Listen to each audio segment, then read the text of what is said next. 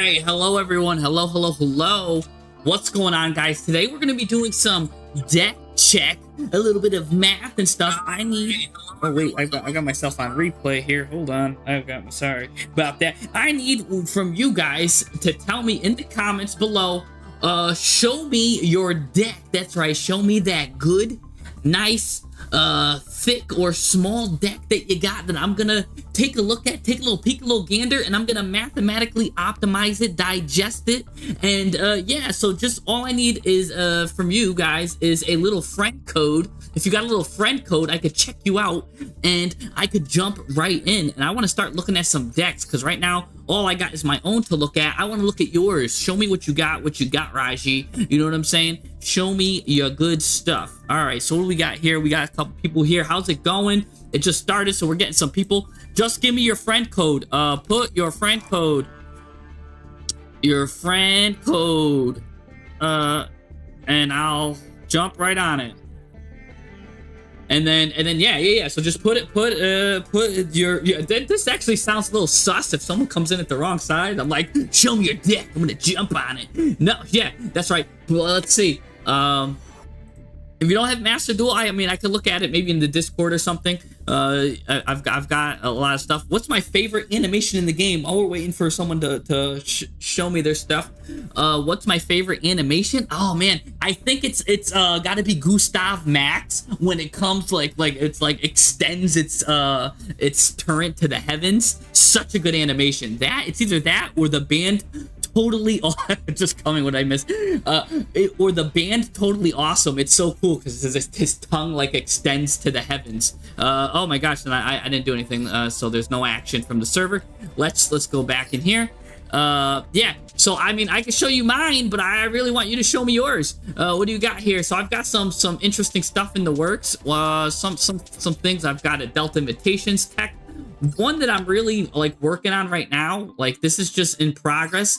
I'm going all like stuff that has to do with tributing, right? So you could tribute stuff to a light and dark monster, because I'm making a deck that likes to get tributed. Enemy controller contribute your own stuff, take control of a monster. Something that's gonna work good going first and second, right? So I'm thinking of this deck because this card gets tributed, you get to get a little fairy, you get some fairies action. If this guy gets tributed, gets to draw a card. This guy gets tributed, you can draw a card. So I'm thinking of making a deck like that right now. That's something I'm in the progress. This is just something weird in progress. And this guy got, you know, it's not unfinished, the extra deck. What's cool, duality kind of works, right? You duality this guy. What's the opposite of a dark fiend level 1? How about a light fiend level 1? You go right into stuff like this. You can go right into the Fiendsmith engine on top of drawing a card. So that's something I'm kind of in the stuff again. Just send me your friend code. Send me your friend code and I'll review your deck. Let's see. I'll pin it. Put it in chat. I should say. Type it in chat. All you gotta do if you don't know how to if you don't know how to get to your friend code, all you gotta do is go here.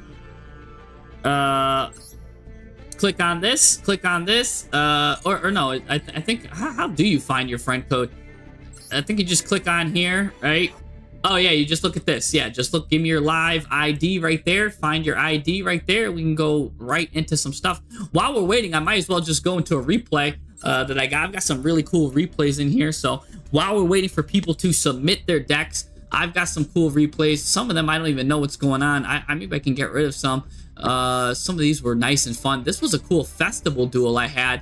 This duel, I'll just talk about this one while you guys are ready to the friend code, and I'll take a look at your decks. But let's take a look at this replay while we're waiting for a friend code. I'm going first. This is the event, and I am using ninjas here, baby. That's right, I'm using ninjas. So I decided to go, you know, Hanzo Grandmaster, he's got nothing, no response, so I get to chain that, go into, of course. I'm either going to go into the Link 2. Yeah, Link 2. That gets you another ninja card, right? So pretty cool. Pretty standard stuff if you know ninjas. Gonna get that. That's going to work here. This guy gets me the Shield Bearer card. Just another one of this. An honorary ninja. But this guy will add Baku. Baku will add it to the hand. Really cool. Because he's like a mini Poplar. So he's really good there. Gets me her back. I'll just get her. Go right into Mizan, the Battle Ninja. I've got some good stuff. Put that down. Got there. Got a couple of good stuff, some good follow-up, and we're looking good, sitting pretty. And oh, what's this? Fossil Dig. He's getting Miscellaneousaurus right away, and what Miscellaneousaurus does, if people don't know, it makes your dinosaurs unaffected by everything I do to it. So now I can't... The main goal of ninjas, really, is to flip them all face down with my card Geo. That's usually what I like to do. I can't do anything of the sort. I'm forced to go and watch him do his whack Jirac combo now. I do combo my Mizan right now, hopefully to get at this. My only interaction now is going to be fusion summoning into this, but he's just special summoning like crazy, because once he gets to do that Stegosaurus, he gets to do that. Yeah, Goku, send me your friend code either for replays, but what I really want to do is I really want to go over your deck. Anyways, let's see what this guy's doing. Look at this. This guy goes into everything here. And what's crazy is Jirac has a card right here, the Jirac Meteor. If this card is summoned, you destroy all cards on the field, and then you can special summon a tuner from your graveyard. So here he goes. He's going to destroy everything I got. The reason why I summoned Tabari was because at least with him, he stays on the field. So I got to use my cards now. I'm going to use them or lose them. Okay, Robert, I see you in the comments. I'm going to look at you. Let me know which deck you want me to look at, by the way. We're going to look at your deck after, Robert. We're going to see if we can improve it. He destroys everything. I sent some stuff to the graveyard that could help me here. And look at this. This guy's going to keep going and going like the Energizer Bunny. He's comboing off, getting his follow-up Miscellaneousaurus. And now he's got a big old board here. And I'm in trouble. Look at this. This board is bigger than a Monopoly board right now. But now he's getting rid of it. Going into a Jirac Astero, which that, by the way, if I try to special summon anything, it's going to cause havoc. And then he can destroy all cards on the field again with Jirac Impact. This guy is setting up completely. The one thing I have going for me is that he can't destroy my Tabari by battle. So I wait till the end of the turn, of course, to do my fusion effect. He can fusion with cards from hand. This allows me to banish something, remember, unaffected. So I got to go for that trap. And he's going to use Miscellaneousaurus here to be able to do this Doodle Beast. He still was under the effect of Miscellaneousaurus, so it gets to... I didn't even know that wasn't a once per turn thing. Oh, I guess that, because he got a second one. So, anyways, he finally does that. He thought I was going to target his monster. No, I'm getting rid of the trap, and I have nothing to my name. Nothing to my name. Richard Throbbing, you're next. Let me know what you want, what kind of deck you want. So I got Robert first, then Richard. Anyways, when right now, speaking of throbbing, I'm very much throbbing in anger, trying to survive this, because when he banishes 2 cards, he can bring another Jirac Meteor to the field. I specifically summoned Twilight Ninja here, knowing he would destroy my board, because what happens is, when he gets destroyed, I get to get a card back, you know what I'm saying? So he's getting a lot of advantage, I get a little bit of advantage, but, you know, oh, what am I going to do here? I'm in a tough situation, and he gets another Miscellaneousaurus, really trying to make it hard on me to defeat him. Anyways, I'll get another one of these guys, because he's really good if he gets destroyed. And here he goes. He's going to do another Meteor again. Good thing I went to the battle phase here. Here's another Meteor. I'm getting hit with more Meteors like it's like Sephiroth in Final Fantasy VII. I'm just getting bombarded with Meteors. He's really bringing the Dinosaur Age to life. Anyways, I strategically set, knowing he would destroy my thing, this Ninjutsu Art Dagger, because when that's destroyed, my banished ninja can come back. So I'm literally just trying anything I can do to survive. Anyways, I'm going to get rid of this now, and I'm going to get this Tabari right now, because Tabari, again, can't be destroyed by battle or card effect the turn he special summons. So he's gonna fall for that trick again. How many times do I gotta teach you this lesson, old man? And even there, right now, that's how you, if you know your deck, you could survive 3 Meteor board wipes. And I just kept coming back like I was the Energizer Bunny. You know, I felt like I was Arnold Schwarzenegger in Terminator. I just kept coming back. Anyways, that duel is absolutely incredible. So I just wanted to go over that while you guys put your stuff over here. So anyways, let's start with Richard Robertson. He wants to make sure I'm optimized mathematically. Take a look at his Tistina deck. Let's go. That's what I'm talking about. And or your Blue Eyes Tachyon deck. So let's take a look at Robert Richardson's deck first. So I'm gonna add you here.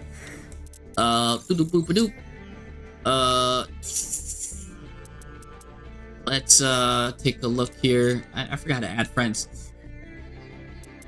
Let's see, friend. Oh, I gotta hit the little plus up here. All right.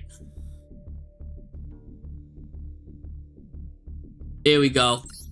All right, I got you. We're gonna follow you, and let's see what you got here. What do we got for replays? You got anything where I can look at your deck? So what replays do you got where I can take a little peek, little gander at your deck? I'm guessing this is it right here, the Tistina deck. So I'm gonna look at your deck here, and this is the first deck we're gonna review here. Let's take a look.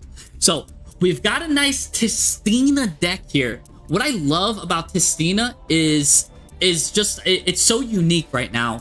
The thing it focuses on is aquas, level 3s, level 10s. A lot of the Tistina cards are aqua, and the real powerhouse is that they basically flip everything face down. It's like a Daruma Karma Cannon on legs, and it's really good, absolutely strong, if it can go off though. So the main thing about if you want to play a Tistina deck is the Divine Domain. And I'm just talking to the people that don't know what this deck is about, because 99% of people don't even know what this card even does. So the main thing about it is, again, it's one of the strongest field spells in the game, and it probably goes unnoticed. Look at this. If this card in your field spell is destroyed by a card effect, you can special summon a Tistina monster from your deck or graveyard. So automatically right there, if you destroy this card, it's going to summon a deadly Tistina card, right? And also look at this. During your main phase, you can send a Tistina monster from your deck to the graveyard. Then if your opponent controls 3 or more face-up cards, you can special summon a Crystal God Tistina from your hand or deck. So basically, there's 2 ways that you can special a Tistina card, and you're always going to want to summon that Crystal God Tistina. Well, what is the Crystal God Tistina? It's this right here. Look at this. During your main phase, change as many monsters your opponent controls as possible to face down. Then, like Karma Cannon, you can send all face-up cards your opponent controls to the graveyard. That includes traps, by the way, or continuous spells. So even field spells, if there's something face up and it's not a monster, it's going to the graveyard. So that's really cool. It likes that stuff face down, you know what I'm saying? Like it's in the club. I don't know. Anyways, if this card is destroyed, it now has another effect here. You could change as many monsters your opponent controls as possible to face down again. So he could come out, just put everything face down. If he's destroyed, guess what? You're going face down again. And then again, send all face-up cards your opponent controls to the graveyard. So that's why you really want to get this card out. Get this card out turbo. Copy the deck, copy it, and let's see what I would do here to make it a little bit smoother. He's running the adventure engine with it, what looks really cool. I really like this adventure engine because Tistina sometimes doesn't use their normal engine, but sometimes they do. So I don't know if we want that. We're going to look at that mathematically too, if we want to do that. So let's take a look at his Tistina deck. And you can see here, I have some Tistina cards myself, because I myself have made a Tistina deck in the past. But we're going to run it a little bit different. So let's take a look here. One of the big cool things about this deck is the monster, again, is level 10. So something I like to think of, and they run a level 5, is a card. I always like to look at my consistency cards. There's a card called Double Wild. I don't know if you have this card. It's called Double Wild here. Basically, you target a level 5 or lower monster you control, add a level 10 monster from your deck to your hand with the same type, then you discard a card. Only level 10 decks can utilize this. So you're going to have a lot of level 1 or lower aqua monsters, right? So you have all of these can fit the bill. This is a spellcaster, so you want level aqua, low level aquas here, right? Look at all these level 5 or lower aquas you have. And then you want to get a level 10 aqua. So Double Wild is a really good consistency card you can use right off the bat. And it's quick play. Not a lot of consistency cards are quick play. So this is our friend Richard's deck here that we're going here. Look at this. Always look for consistency first. So target a level 5 or lower monster you control, add level 10 from your deck, then you could discard one card, and if you do, special summon a monster from your hand with that same type in defense position. It does lock you into that type for the rest of the turn. So if you do decide to go with double wild, you're gonna have to kind of cut the, well, you're gonna have to cut this because this is a winged beast. So what I've done in the past with my Tistina deck, so it's funny that you picked Tistina, and I have a Tistina deck. Mind you, mine is still in play, so I'm running 2 double wilds. I focused in on that Aqua level 10 and the special summoning by choosing Guardian Slime and Winged Dragon of Ra, as both these are all nice level 10 stuff here.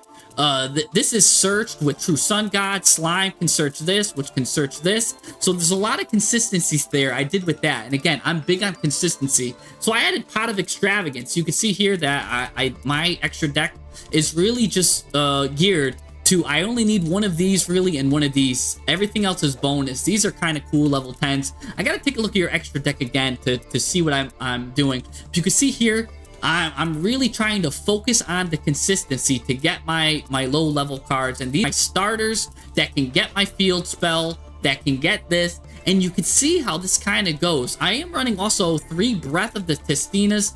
Let me take another look at your deck again. I don't think you need both of these traps. I didn't have too much. I was more experimenting with that. So let me go back to yours and take a look at yours again.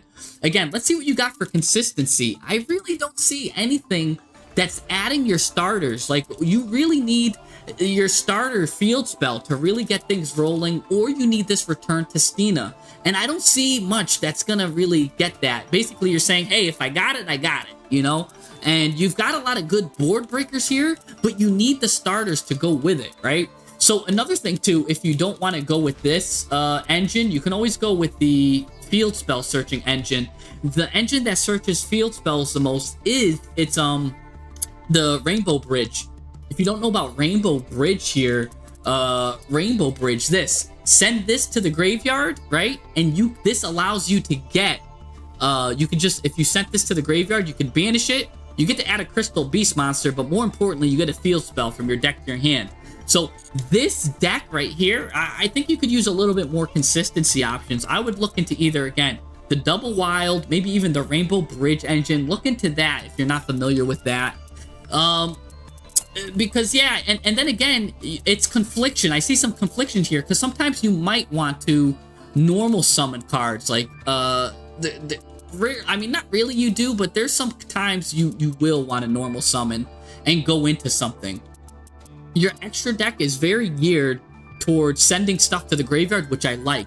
I love Slayer. Very potent, very strong too right now against Malice, against Ryzeal, right? You have your stuff for Tuner, you got your stuff there. What I think you need to do is, for a Link monster, right? You're sending Tri Brigade for Jeet, the Baron Blossom, as your Ultimate Slayer target. A better Ultimate Slayer target is take a look at this for Links instead. Tri Brigade arms Bucellifus II, because what does this do is, when he's sent to the graveyard, he just sends a Winged Beast from your extra deck to the graveyard. And then what Winged Beast are you going to send? You're going to send Garura, so because that lets you draw a card. So now, instead of drawing a card and sending a card back, you get to just draw a card. And here, since we're using so much stuff that kind of goes -1, I'd rather you draw a card than draw and shuffle one back into the deck. Varudrus is a very good card here, by the way. But sometimes you get locked into the Tistina Divinity that defies. I think you only maybe need one of those. And so that's what I got for you right now. Do you think that helped you? Do you think I got you some stuff to work with? Robert, do you think this helped you? So I hope this helped. Again, I don't want to spend too much time on Tistina because not a lot of people might know. But again, I think this needs a little bit more consistency. I do like the going second options. I love Super Poly. It can't be responded to. I do like Dark Ruler no more. I don't know if you need 3 of them. I usually just run 2. That's why, I mean, I only have 2 copies. But yeah, I think you're doing a lot of good things here. So I think it's going really well. And I like this deck a lot. Again, this deck is really cool when you see it running and gunning and it going. So really good. The Ultimate Slayer suggestion's really good. Rainbow Engine. Okay, cool. I'm glad that helped. All right, let's go on to the next person. Richard Throbbin. Let's see. He put you put 2 codes in here. I see it. I see the code you put in. So let's see Throbbin's deck. Throbbin, what kind of deck do you want me to look at here? Throbbin. What Throbbin. I love that. This reminds me of Batman and Robin. He was one of my favorite whatchamacallit, superheroes. I always thought Robin was cool. Anyways, no, Goku, I'll get to you, Goku. Don't worry. I'll get to you. Yeah, I got you on the list, Goku. Don't worry. I've also got a lot of people on their list here. I see Mr. Bear up here, but we're gonna look at what Throbbin got. Let's take a look at this deck. What is Throbbin working with? Show me what you're working with, Throbbin. What do we got here? Archangels. We're gonna follow you. We're gonna take a look at your replays. All right, so it looks like also we've got a bronze. You're in bronze, so you might be, maybe this is a new account, fairly new. We've got your this deck, we've got this deck, and we've got this deck. I don't know which one you want me to look at. Which one do you think? I mean, I've got to look at the Discord, and I'm just trying to make it easy on myself by looking at Master Duel right now. So, hey, we've got a member, Katrina OP.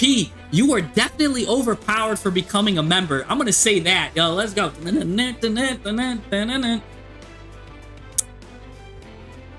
Hey.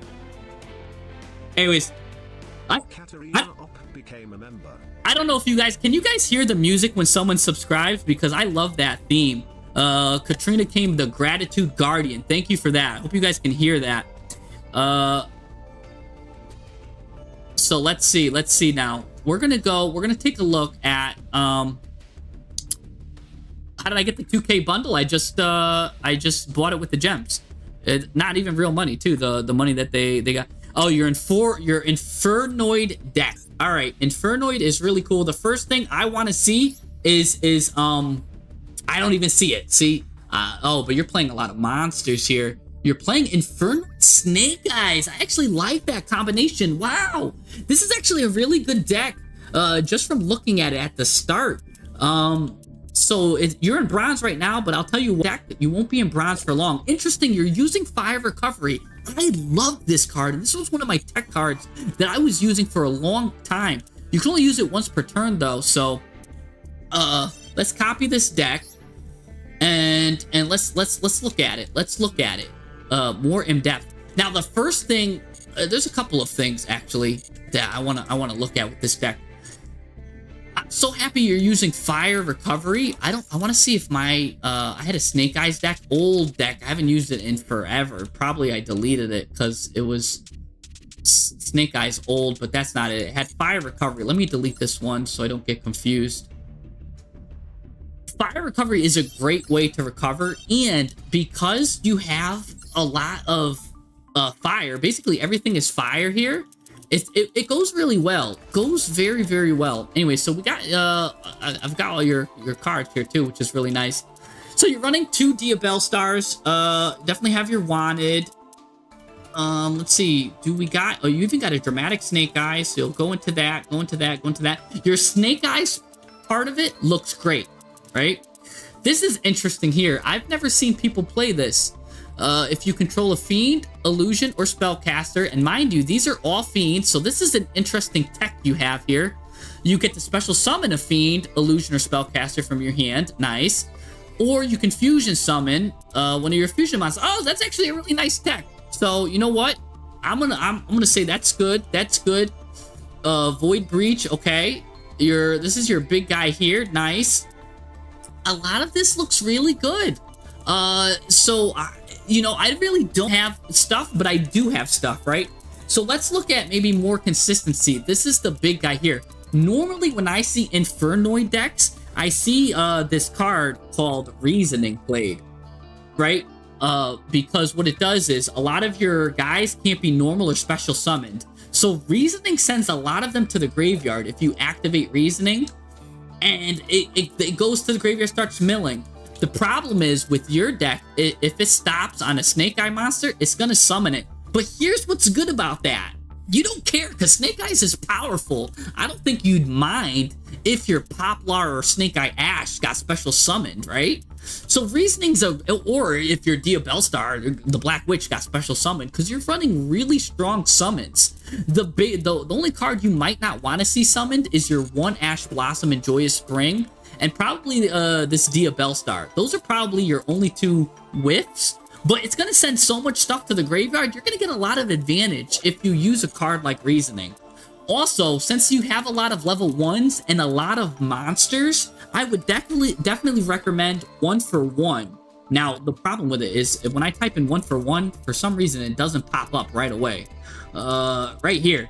Basically, send a 1 monster from your hand to the graveyard, special summon a level 1 monster from your hand or deck. You've got a lot of monsters. More than half of your deck is monsters, which is telling me in a 5-card hand, 2.5 of them plus should automatically be monsters, right? How the math works out. So you're gonna have, if you put in 1 copy of 1 for 1, it's gonna go off. It's gonna be successful, and that's gonna let you go into either Poplar or your Infernoid Decatron here. So that's gonna be good there too. Maybe I would suggest putting in one of these. What do you got for your extra deck? You know what? You only got 14 cards on your extra deck, so we can improve that a lot. Your cards can be improved here. Since you've got a lot of level 1s, you want to send them to the graveyard. Look at Linkuriboh. Where Linkuriboh, right? Linkuriboh, simple level 1 monster. Get him in there. Just you could send. You could normal summon Poplar, send it to the grave with this, and now you have dodging too. So if you ever have a Linkuriboh in the graveyard and you have to normal summon this, and then they use Imperm or something for later turns, you can dodge it with Linkuriboh. So strong, so effective. Definitely I would consider putting Linkuriboh. If you want to get aggressive, you could put Anima in here. That's a good Link one too. It's a spellcaster also. I know you had some if you control a spellcaster monster, so it kind of goes good with this. So your relinquished Anima can actually basically take a card it points to. So that's good there. And then if you do go with this, a card that you'd probably really want is definitely SP to support that. That's always a good link too. It can go good with that. You got this. I like this deck. I like it a lot. I think it's really good. You've got Flood, you've got your Infernoid cards, you've got your good fire cards that you need. I think this is really good. Unchained, which is interesting. You could just fuse with your opponent's card to go into something. Again, I think your extra deck's not too bad. Again, I would put in for your 15th card, probably one of those that I said. Look into that. I don't know if we need Mr. Dr. Doolittle here, but I could see it working. I've seen Infernoid players play it, so I'm not gonna hate it. Unfortunately, the best thing about this is I'm not an Infernoid player, so I don't know much about it, like all the cards, but I do know some of the most common cards they play. So hopefully this helped. I could be more helpful on the Snake Eyes part, but the thing is, you've got everything you need for the Snake Eyes side. Maybe you could cut this down to 2, but because it's only a once per turn, but it's such a strong card. I don't mind you having 3 in here. So if you're consistently go off, and because Snake Eyes is so valuable, you can shuffle those back in. I don't mind it. I don't mind that. That's a nice little tech, and I love your Sinful Spoils tech. Great tech, great deck. Thanks for showing it to us. You're in bronze right now, but you're not going to be in bronze for long with that deck. All right, let's go to who is next? Who is next here? I believe it was Bear and then Goku. So let's go with Bear. Mr. Bear. Are you here, Mr. Bear? I want to see if Mr. Bear is still here. Also, Darkwing Duck on Twitch. I see you, and you're on the list too. So Darkwing Duck, I love Darkwing Duck. I got you. I'm gonna type. I got you, Darkwing Duck. So anyways, you're added to the list. Hey, we've got Cheesy subscribed. Cheesy, you're definitely you know what is my favorite kind of cheese that's not yours. nacho cheese. Right? That's a joke. Anyway, let's go. Let's see Mr. Bear here. Let's add Mr. Bear as a friend. Let's take a look at what deck you got here. Your latest public duel, trying to get back into the game with Trap Lab. All right, let's see what you got here. What you working with? Trap Labrynth. Nice. I do love my Labrynth deck players. Very, very strategic. So again, already you suggested you're in bronze, but I don't think you'd be in bronze for long with that. With just running Labrynth alone can get you to masters. It's if you learn how to play it and learn how to work it. Anyways, I got lost in the sauce thinking to myself here in my head. Let me go. I just added you. Let me find them again. Let me put it in one more time. Because I got player found Mr. Bear. Yes. Here we go. I'm following replay. Thank you. I hit the wrong button. All right. The latest deck here. Let's take a look. Let's see your deck. Nice. Good. Trap Lab. And I'm glad to see a lot of traps. Let's copy it. Take a little peek, little gander. Sad thing for me is I what do you call it? Dismantled a lot of my lab cards, unfortunately, but I still got some. But I love these outside the box decks like this. Let's delete this old deck here. Very good deck, by the way. That's gonna get you definitely to masters if you play with it a lot. And look at this. Even though I did get rid of a lot of cards, I still got a lot of them too. Some of these are just so good. So first thing I'm seeing is you got the furnitures all at 1, even though you can get them at 2. That's fine. Pretty good, pretty good. I'm not seeing anything that's sticking out. You're playing 3 Lords of Heavenly Prison, which is nice, which will protect your stuff. I think this is a unique tech that not a lot of Labrynth players play, but I think it's really good in the format right now with Ryzeal, because what it does is the set cards cannot be destroyed by card effects. So if you are activating a lot of stuff and show him, it's a good counter. So I do like Lord of Heavenly Prison right now at 3 as a tech against Ryzeal. I think it's good. A lot of people aren't playing this, and I think it's a perfectly fine tech. All right, so you got your Torrential Tribute at 2 to destroy, which will trigger all of your stuff here, because they'll make some monsters leave the field. So I like it. I don't mind it. Karma Cannon you got, which is a staple. You got it at 3. I think it's a great card. Sure, put it in at 3. 2 evenly matched. Okay. Again, good cards. You've got good cards everywhere. 2 Trap Trick. Dogmatica Punishment. Let me see your targets here. Good targets. Good targets. Love your targets for punishment. Pack Rabbit's great. Pushing them in the back. I don't know if you need 2 Chaos Angels. I've never seen a lab player make more than 1. Let's see. Let's continue. You've got 2 Welcomes. Interesting. Just playing 2? Okay. Samul Archfiends. Are you trying to go for an OTK here? Because that's interesting. This is a tech I haven't seen people play. But I've seen it becoming more and more common. So I've never played it, and I've never seen it really used against me, but I've seen it getting more common. So I'm gonna have to say no comment on this. Karma Cannon's a great card. You have it at 3. Some people will say play it at 2, but you know, it's so powerful, so strong. I'm fine with you playing at 3. 3 big welcomes, great. 2 transaction rollbacks. The Black Goat Laughs is absolutely powerful, absolutely insane. Both of its effects are nuts. Go ahead, play it at 3, or 3 if you want. 2 is fine here too. 2 Dominus Impulse. That's great here too. So your Solemn Strikes, your Soul Drains. Oh, by the way, I haven't seen you guys adding Maxi. Just put in your Maxis. They're free. I think they're strong. I think all of the decks I reviewed, I didn't see Maxis. I think that you gotta play them at 2. It's such a powerful card. You gotta find spots for 2 Maxis. Even if you don't want the hand traps, it just wins you the game sometimes.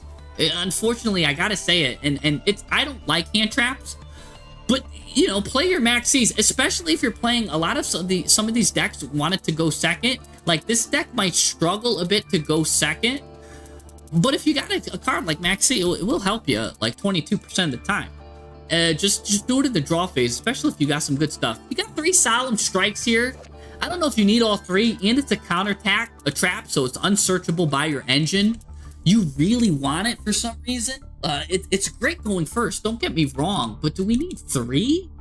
I don't know, like, because if you're going second, now you got some dead cards in the hand, and the opponent's board is already set up. So it's more of a win more card. I think personally it's a win more card going first.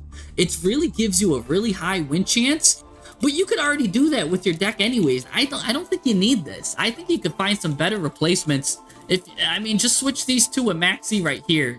Same thing with Soul Drain. I guess you're using this as the counter for Malice right now. Monsters that are banished cannot activate their effects. So, I'll allow it, but again, I don't know, it's unsearchable. If you really want the silver bullet against Malice, just put in the hand trap.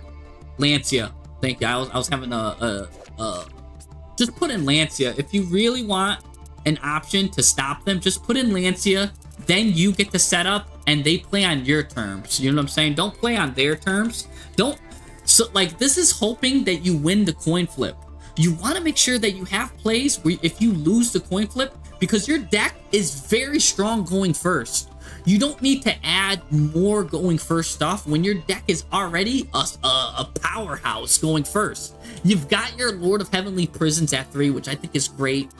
I don't think you need to make it that much stronger going first. I think your deck is absolutely beautiful. And again, you've got a lot of good cards that want to go to the graveyard. You could even play some stuff that wants to mill cards too. A lot of these cards are great in the graveyard. Rollback, Black Goat Laughs, maybe some milling cards might be in order. Like I mentioned Reasoning before in the other one. What are you going to have here to special summon? You do got a lot of stuff that maybe you don't want to see. So, I don't know. Maybe you could find something else that will mill some of your cards, because a lot of them do have really good effects, and you can get your cards back. This is a great deck. All in all, this is a great deck. I love it. Your extra deck, again, you won't go into your extra deck much, so I don't really have anything crazy to say here.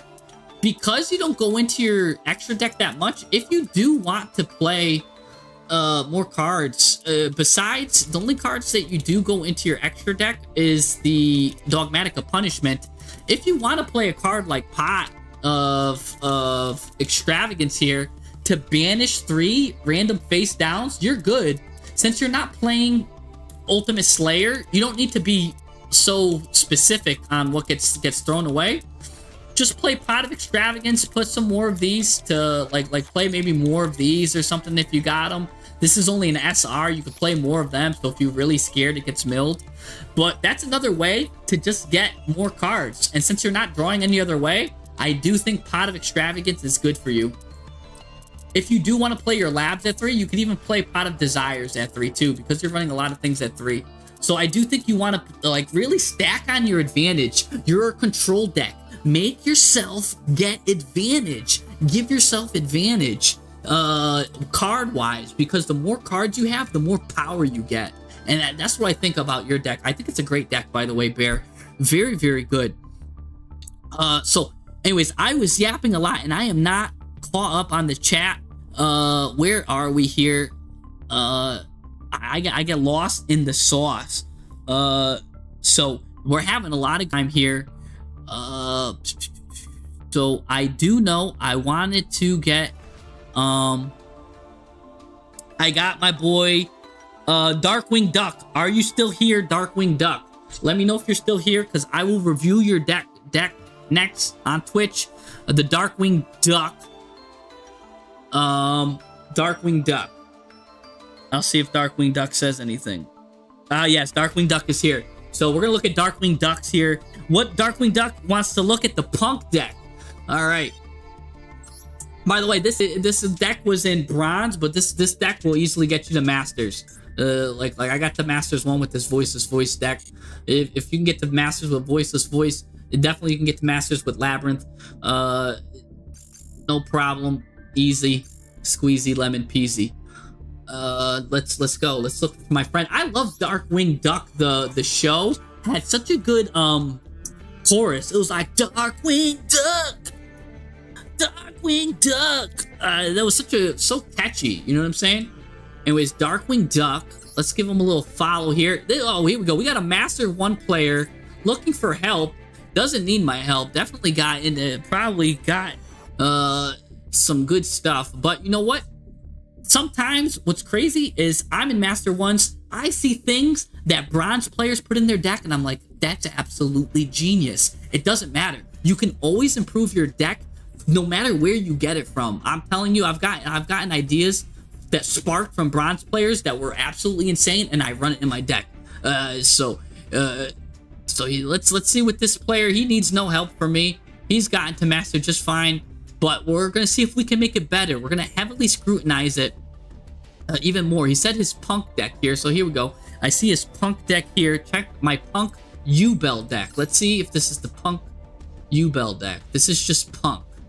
I don't see, wait, is this Ubell? Where is, I do see one Ubell card.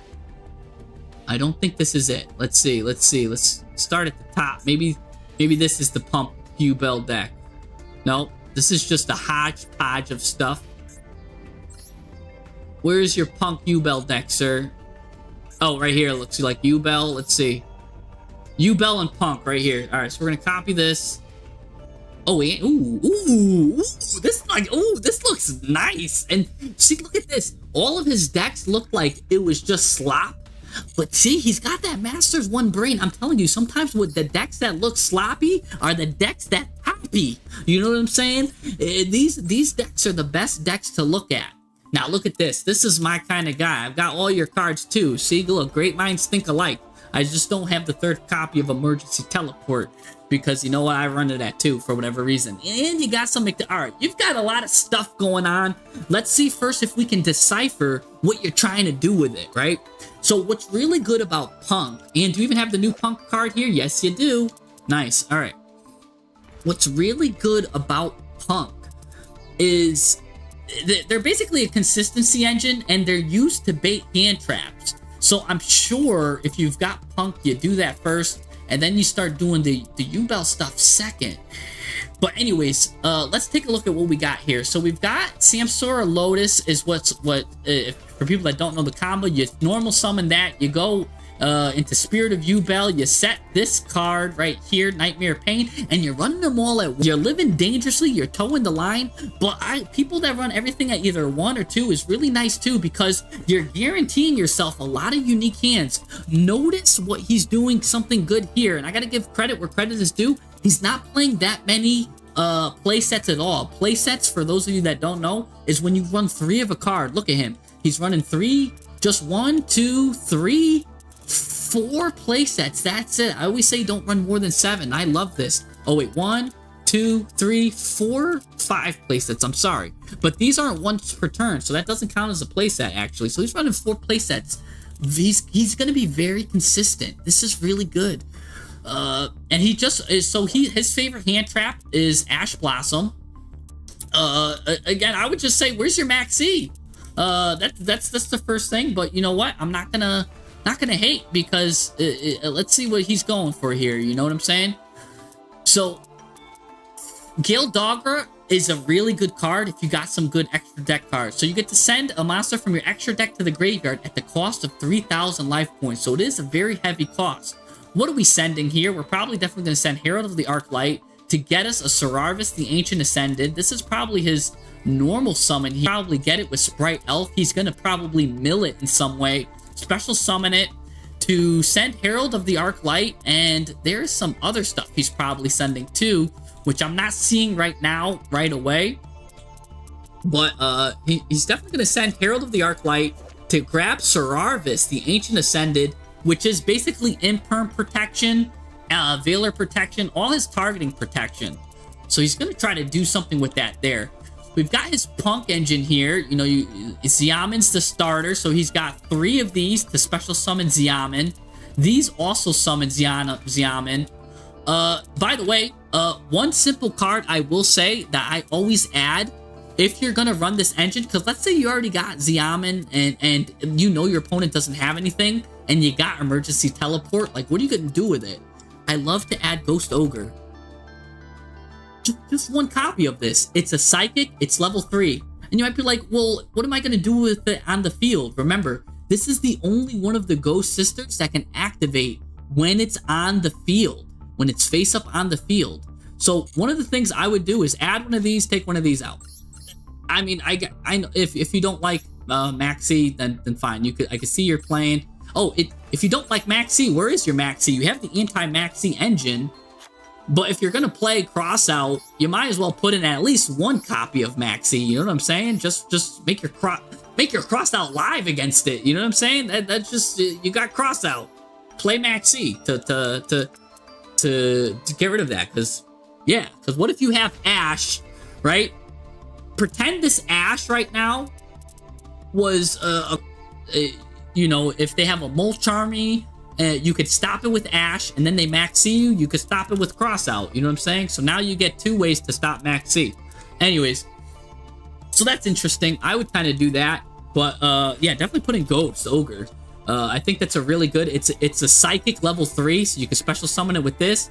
Also, it is a tuner, by the way, and you've got some tuning cards going on here. So there are some rare times where you do use it for the tuning effect. So yeah, it's a level 3 tuner, and you would know about it because yeah, that's there. Times your effect with Xiamen or something, or you could special summon it and get away with it with your cards here, and you got emergency teleport. Sometimes Ghost Ogre Snow Rabbit might save you, especially again. Remember, if they've got Ryzeal and you already baited their pop somehow or something, it's just a good card. It's a good card to send to search off of teleport. Anyways, so what do we got here? So you've got this going on here. You've got the Unchained package going into your Unchained stuff. That's always nice to do. That's always a good side package, I think. I think that's really good. All you need is 2 Fiend monsters. Everything here is pretty much, you can get some Fiends out in some weird ways. You get your field spell. You do have a little field spell conflict, but that might not be the biggest issue, because you really just need this on the throne once and then you get it. I mean, this deck is really good. I don't really have much to offer in terms of, I gotta see what the Gale Dogra stuff does more, because I know you want to send Herald of Arc Light to the graveyard. Other Ubell, might you want to shuffle? You don't even have a, because I was gonna say maybe you want to send a Ubell card, right? Look at this.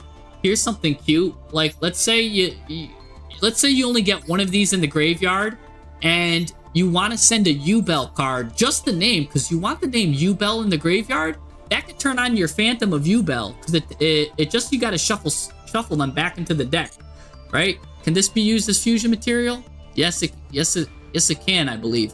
So maybe you just want to send with Gale Dogra another Ubell name, so you can get this Phantom of Ubell out easier, and that's a negate for you. That's a good negate. So I would consider putting your Phantom of Ubell, and if you put that in, by the way, since this is any Ubell monster plus effect monsters, I gotta say Super Poly, you know, is a great card as well. So that will definitely help you out there. But your extra deck is kind of pushed to its limit. You're really pushing the extra deck to the limit, so maybe not Super Poly, but that's just something for you to consider, to decide upon, you know what I'm saying? Because I really think you should put this in the deck to kind of go with Gale Dogra. It seems like you might be able to get that out pretty consistently, and it looks like you can get your Ubell monsters out consistently, especially because I know this guy sends a card to the graveyard, right? Send an insect or plant monster you control the graveyard. This is an insect, so I'm sure you go into Diablantis, send Gale Dogra, then you go into Sprite Elf with one of your level 2s somehow, or a Link 2. You go into a Link 2, probably go into Link 2, then you go into Sprite Elf, bring back Dogra, and then look, you can send Ubell, you can go into this. I don't know, just a suggestion, just a thought. What do you think of that, by the way? This deck, don't lose to Super Poly. I gotta watch your replay. All right, let's see what he's got. Let's see. He's Master 1. Let's see how he plays it. I am very interested in his replay. He says check out his replay. Let's take a look. Let's take a little peek, a little gander at what not Mr. Bear, the Dark Winged Duck is playing. Dark Winged Duck. Let's take a look. Let's take a look. Take a little peek, a little gander at the replay. Let's just make sure that's the deck. Yup, that's the deck. Let's play. Let's see if I got it right. Let's see if I got what he's doing right here. He's going against some kind of unknown deck. Let's see how he plays it. Maybe that's what, you know what? I like that idea, by the way, Darkwing Duck. So I could see the replay, so I could see how you play things, and I can also see mistakes people make while they do that. So actually, very, very good suggestion to check the replay. Let me just put this in a little bit better. All right. Nice hand here. We're going to start with our Punk plays, of course. Like I said, I guessed it that I would go into the Punk plays first if I go into that. He's playing against some kind of deck that has Bestials, a 52 large deck, so definitely probably, I would guess right now he's against a branded player. I don't even know what he's up against, but his name is Al Banyal, which probably translates to El Branded. Anyways, he's going to probably now fuse into the fish monster here. I call it a fish because it is a fish. Anyways, I don't know their names like that. I just know he's the weird fish. Like, why does Punk have a fish? Anyways, he's doing Punk plays, getting his jam thing here. Right there, that's how he goes into Diablantis, and I'm sure this is, like I'm going to say, he's going to go and send Gale Dogra. I'm pretty sure, sending that to the graveyard. Let's see if I figured it out. Did I crack his puzzle on how he likes to do it? Yes, he did. Solved it. I knew that's how you got it. Send your Gale Dogra there. Now you could treat that as a tuner. Interesting. What are you going to go into next here? Punk Jam Fever. That's pretty cool. That's awesome. Okay, I like it. Now you got Punk. Special summon this. Get this guy out. Nice. Add a Punk back. Gonna send these two. Get the Ultima token. Alright. This is spicy because this card lets you get like one of the weird ones. I think this will let you summon Fairy Dragon or Jura Beast. Fairy Dragon, by the way, will probably let you destroy this field spell and get the other field spell. So now I see how your deck's coming together.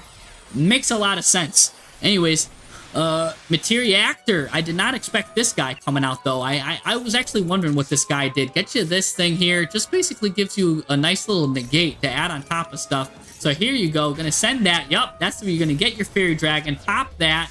Get your Nightmare Throne. Now you can go into Ubell. So a lot of things here, which I think is, if your deck goes good, it goes good. I wonder how your deck plays under Interruption, though, because your deck looks like it performs great if it performs smooth. But I wonder how your deck would have performed if it got choked up on one choke point. Anyways, we're going to go into Cross Sheep. Cross Sheep's going to send probably now send two guys back and activate Cross Sheep. As soon as we destroy this card with the Ubell, now we get to get one monster negate, of course. And you get to go into your level 11 Ubell as well here. So this is a nice, very strong board. Very strong. Yeah, here's your level 11 Ubell. Here's your level 10 Ubell. What do we go into here? Probably the two Fiends. You're going to go into the Unchained package. So you're going back and forth between your packages. You got a lot of packages, and you got a nice way to smooth into all your packages. I think this is a great deck. If anybody wants to copy this deck, I'm sure Darkwing Duck won't mind. We're on 22 special summons, though, so this is a very hard deck to master. Sure enough, this is why he's in Master 1. Getting his Phantom of Ubell back again. He's getting a lot of stuff, getting a lot of Omni Gates. Really good deck. Its only weakness is for sure. Oh, now here comes the Gale Dogra from left field. From out of nowhere, the top rope. He's gonna get the Serarvis. Here it comes, the protection. This is a Garnet in your deck, but not really. Oh my gosh, and then he just went into Natura Beast there, by the way. With the Xiamen and the Dogra. That's actually really good because remember, Xiamen is a Earth and Gale Dogra is an Earth too. So that means you got two Earth monsters going into Natura Beast. So this gives you no spells can be activated. But there are some ways around this, by the way. Something like Forbidden Droplet can get around this because it negates the activation. And if you do a monster, you can't stop it. So there are some cards that don't let the opponents respond. And that's fine. So Super Poly can still hurt that. But you know what? Oh my gosh, this critical card right here would stop cards. If he does do Droplet and doesn't send a trap, for sure he would use critical. So that's not a lot of players use Droplet and send a trap. So he's even got the answer to that, which is really nice to see. He's got a monster negate here. He's got basically a spell trap on Omni negate here. Everything's turning off the spells here. He's got a pop here. He's got protection for his beast here. Sure enough, he's going to summon something here. And this card does something deadly here too, which lets him do something right here. He's just gonna do it. He's gonna negate and stop it. This guy's gonna Called by the Grave. Of course, why did he do Called by the Grave? Did this guy just not read? Natura Beast is gonna stop it. He's got a second one, but that doesn't stop Natura Beast. I believe it could just keep going. So again, a very strong board. Oh, that's what I was talking about. Droplet. I literally called this replay before it happened. So he's gonna send everything, but look, he did not send a trap. And that was his fatal flaw. Oh my gosh, get me a crystal ball, baby. I literally called it before it happened. Send it back to the hand. Stop the imp. Why? I can't believe I just called this. I basically called what was going to happen in the replay before it happened. I'm Nostradamus now. Gotta change my name. But look at that. So that's why this is an extremely good board, because the trap was the Forbidden Droplet, and he didn't have a trap to send. Now, I think the fatal flaw was that guy knew, or should have known, that that trap was on the field, and he should have known that he needed to send a trap. So that is also to the fault of the player that he was playing against, because he should have known that was face down. He had that knowledge. Anyways, very good deck, Darkwing Duck. I think people should copy your deck if they're interested in deep combo decks. Not really my style, because it's very strong going first, but a good deck nonetheless, Darkwing Duck. I think that's very spicy, and I think it's very good, very strong deck that you got going for you. Really good stuff. And let me just take another look at it, a little peek, a little gander, in case people want to copy it and just take a look.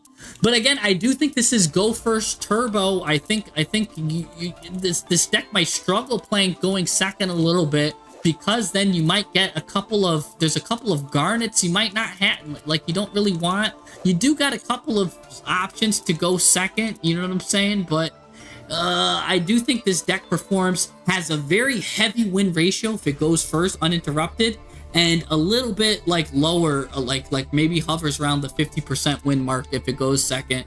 Hovers probably around there going second. So I think we could bring that up. You maybe have to reel in your go first power, but that's what the combo decks do. That's what they aim to do. They really like that kind of stuff.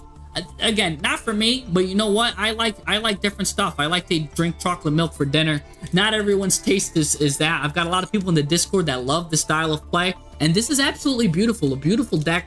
The only thing, like I said, is maybe look into Ghost Ogre, maybe look into sending the stuff with Gil. That's a weird normal summon, you know what I'm saying? Sending that Ubell card. I don't know. There's some stuff maybe you could look into to improving this a little bit to even make your going first better. Especially, again, like I said, if you have everything already, you can get the emergency teleport stuff going to protect. It makes the board breaking better, by the way, if you emergency teleport going second. It does give you a little bit of board breaking option, because you can bring out the Ghost Ogre. That's really all I got for you. This is a solid deck. Solid stuff. Solid stuff. Let's see. You did a 10 streak with this in Duelist Cup. Yeah, very potent deck, and I can see. So anyways, let's see what we got next here. Goku. I know Goku wanted to see something. I don't see Goku anymore. So let's go now to, if I missed someone, by the way, now, I'm sorry. I've got Mavs send you to the Shadow Realm. Mavs send you to the Shadow Realm. I've got you. I've got Master Rushum. Is Master Rushum still here? Maher Rushum with the XYZ Spring. Let's see. I'm just checking to see if Masher Rushum. I'm very bad at saying some of these names, so I feel like the substitute teacher from Key and Peele that says the wrong things is Majum Rushum here. Yes, he is. All right, Majum Rushum is still here. So I'm not writing down some of these, so if I might have lost some of these in the sauce, and just forgive me. This is my first time doing like a deck doctor thing. But you know what? Well, we're gonna look at the Rushums, and I get lost yapping too. I'll get lost yapping, and I'll go into another world, another dimension. So let's get rid of some of these old decks. Again, if you want a good Master 1 deck to copy, that's definitely it. If you're into combos, if you're into really good combo stuff, I'm not into that kind of stuff. But again, that's a solid deck to look at if you want a good starting point. That's really good to play around with. Anyways, so let's add another friend here. Let's get my guy, Maher Rustum. He's got the best customs, you know what I'm saying? He wants me to look at his XYZ Spring. Alright, let's give him a follow. He's also a Master 1 player. He's a fan of the anime. Nice. I'm a fan of the anime. He's only got one deck to look at, so nice and easy. He lost. Nice. Let's see. I can only look at your profile. Why can't I can't see anything here. Let's play it. I guess I'll play your deck. I can't really see what you got. Your deck is all private. You're hiding it from me. So I'm just gonna take a look at your replay then, you know? See what we got here. He lost.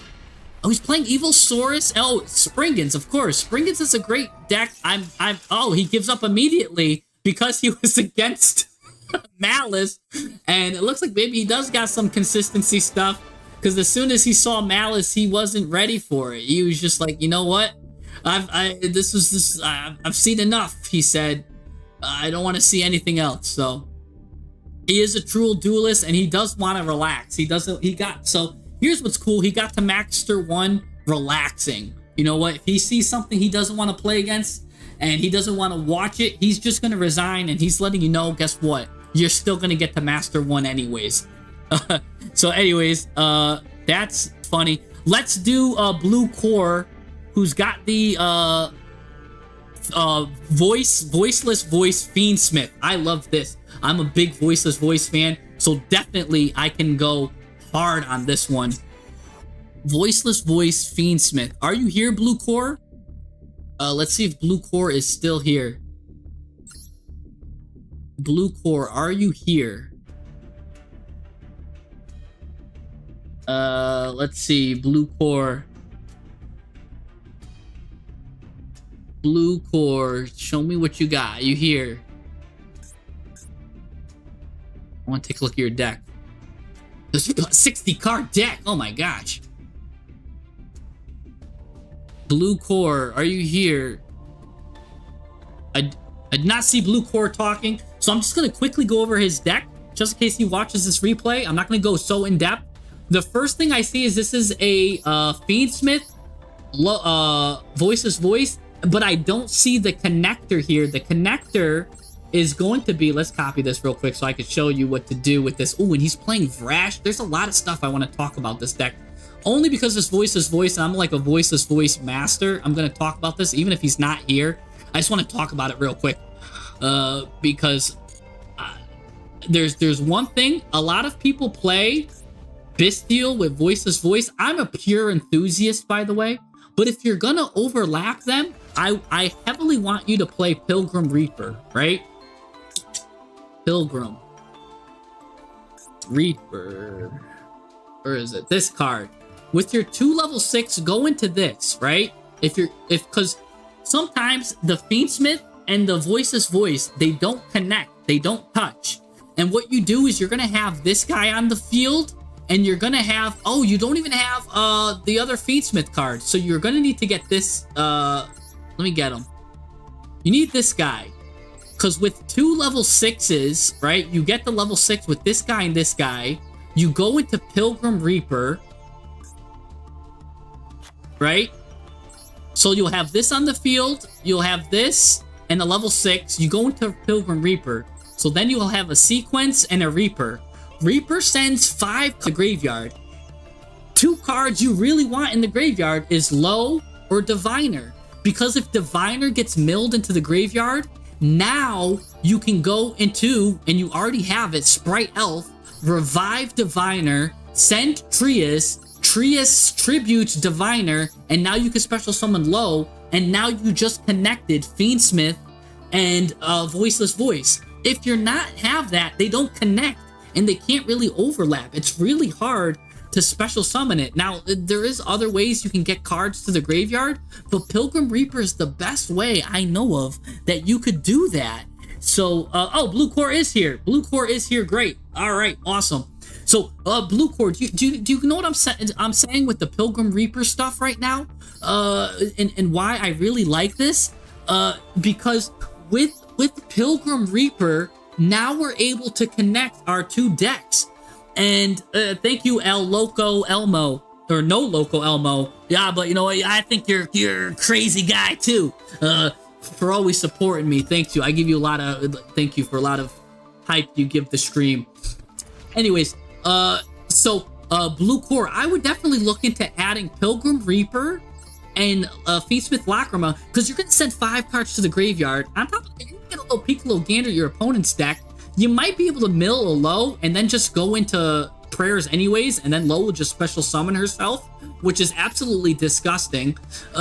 Again, it gives you another way to go with go into Diviner here. So again, a lot of this stuff, that's a great way to bridge, especially if you're playing a 60 card deck. You wanna mill that stuff. You're playing the Dogmatica stuff, which I love. I play Maximus myself.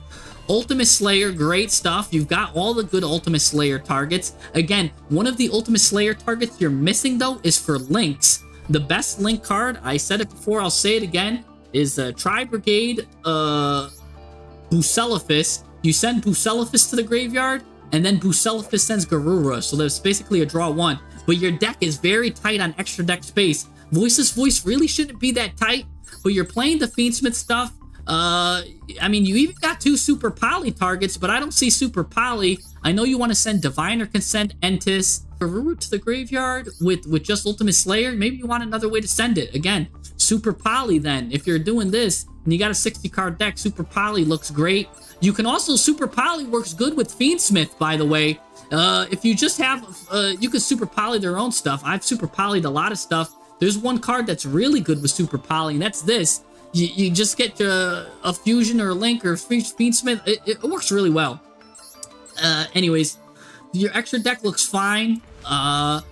You've got Dynamundo. He's very important, probably the most important card you can get here. You really just want to go into, it looks like you're trying to go into this and this, and this is good line too. So, you know what? I've never really went into Underworld Goddess that much. I think this is the first card you can cut off the chopping block, because that's really hard to go into. I know you're scared if they get an unaffected card, but I've had more. This gets 4,100 attack. And there's a lot of ways that you can get over unaffected cards with Voiceless Voice, believe it or not. I gotta show you some ways I do that on some of the replays. So you really don't need her. Let's see, 3 nibs. I don't like nib, but in Voiceless Voice it's okay because it's a light level 11, so you can use that as material. That's the only time I'll say that you can use that. Cyber Angel Vrash, that's a nice spicy tech. I'm just gonna allow it because it's so good. Because it's unique. And I'm not even gonna touch that right now. You're playing Preparation of Rites to search your stuff. You've got the Illusion of Chaos package because you got a lot of stuff you can send to the graveyard. That's fine with me. That looks good there. You can spend a spellcaster to the graveyard, which will let you send that. Do you have any other good spellcaster targets? Not really. Not really. Sometimes there's you can get some advantage off of this by sending a better spellcaster than Chaos. Let me show you my are you playing 3 Serarvis? I love it. I absolutely love it because Serarvis is very, very strong right now against Ryzeal and Malice. Here's my Voiceless Voice that I did on stream the other day. I went like 8-1 or something crazy like that the other day. A nice, concise, voiceless deck. Look at this. You got to play your Maxis, guys. Even though I don't play a hand trap guy, Ghost Ogre is my favorite hand trap. I just played at 1, but I will play Maxi. Like I said, I'll play 1 nib just for the light. I didn't really like Ben 10. That was just more of exploratory, so you got a free slot to play there. I'm playing some Super Polys. My Super Poly targets is right there. I do have my my stuff, Dogmatica Maximus, right there, ready, good to go. I took out my Ultimate Slayer, but again, if I was playing Ultimate Slayer, I would play that Tri-Brigade card that I was telling you about. But I do like having 2 Garuras, because you can send a Garura, Super Poly or Garura. Nice, nice. Now I'm drawing 2 on each turn. This is my Super Poly target of choice versus Malice. Very good. Very strong. This deck got me like so many wins the other day. I couldn't even, I stopped counting. Why 2 Maximuses? Because I love to see Maximus. I love to see Maximus in my hand. In fact, let's say I have Low in my hand, or let's say I have Diviner of Herald. What I do is I normal summon it, right? Then with my normal summoned Diviner, I go into Salamangreat Almirage because you just need a monster with 1,000 or less attack. And then with this card, I go into Shakir Gardner. And what I now just did was now I got a monster from my extra deck to the graveyard with just a singular normal summon. So that's a little package not many people play. So I play 2 Maximuses. We also don't mind to see Maximus in our hand because if we use it as tribute fodder and it goes to the graveyard, guess what? Nadir Servant doesn't also just grab from the hand, it grabs from the graveyard, from your graveyard to your hand. So Nadir Servant can grab the Maximus from the graveyard to the hand. So I love to see Maximus, and I have that too for that reason, for that purpose. I love to see it in my hand. I don't mind. It's not a Garnet, it's not a Brick. It's a card that I like to see 2 of. It's a good combo card. So I like to keep my combo cards kind of at 2. Anyways, so that's well, why me? That's why I do 2 Maximuses and yeah. So where are we now? Let's go to Twitch. Let's you know what? I do want to let's take a look at, maybe I have a replay where I use that Maximus package. I have so many voiceless voice replays. You know, that I don't know. Like, but you know what? Let's just watch one of them. Let's see if I do the Maximus package. If it's not right away evident that it's there, then I probably won't do it. But let's see. I want to show you some unique stuff for the voiceless voice players, and then we'll check out someone else's deck right after this. Goku went to bed. Oh, this is my Herald voiceless voice deck I was trying out. I was trying something spicy. So this isn't the right voiceless voice. This is a secret sauce that I can't show you guys just yet. It's under review. I'm definitely trying to work with that. That's something that's under spice. Let's look at my deck before I do it. All right, so this is the deck list, by the way. It aims to send fairies to the graveyard and replenish your hand with fairies. Fairies. What's this? All right, here we go. 2 Crystron. It looks like it's more in line. Oh, this is when I was playing Winter Cherries as a tech too. Winter Cherries to tech out the Detonator and the Malice. Maybe I'll go into that another time. I want to review more decks. Let's see who's here. Let's get someone from Twitch now. Juicy and Clever. Let's go. I'm gonna alternate Twitch, YouTube, Twitch, YouTube. Juicy and Clever, are you here? Let's see. Clever, are you here? Let's see. Let's type them. Clever, are you here? Are you here, Mr. Clever? I want to see your Clever deck. If you're not here, Clever is here. Did I say that right? Juicy and Clever. He's clever and juicy at the same time. You know what I'm saying? He's got that juice. He's got that juice, and he's gonna let it loose. That clever juice. All right, let's see what his what he's got. He's got a Gladiator Beast deck, and I'm gonna tell you right now, I'm not gonna be able to help you. No player with this was found. You said 255 273 191. Did you mess up? Because it's saying Gladiator Beast, and that's not your code. That's not your code, sir. You gave me a faulty code. People want to see what you got. While he's gonna give me the right code, I'm gonna go to someone from YouTube now. Let's see. I've got some people waiting. Ritual deck. Web Wob. Is Web Wob here? Jacko, I see that you asked for a while ago, and so, you know, I'll add it to the list. Let's do Web Wob, because rituals, I can definitely help that out. I'm a ritual connoisseur. I love the Hungry Burger stuff. Catastrophe. Let's give it a follow. Upgrade your ritual deck to be more consistent. That's what I'm talking about. Something I can, all right, whoa! You've got every ritual card ever created in the game in your deck. All right, so we've got one there. And is this the same deck? All right, we've got a hodgepodge of stuff. We've got a lot to work with here. Let's look at your what you got here. Can I add you here? Oh, I did add you already. All right. So I already know where this deck went wrong. It's probably in the consistency. Let's take a look, a little peek, a little gander at the deck. Copy the deck and and away we go. I want to take a look at this. Making the ritual deck more consistent. So the two consistency cards when we're talking about consistency in ritual decks is preparation of rites and pre-preparation of rites. You've got them both at 3, which is great.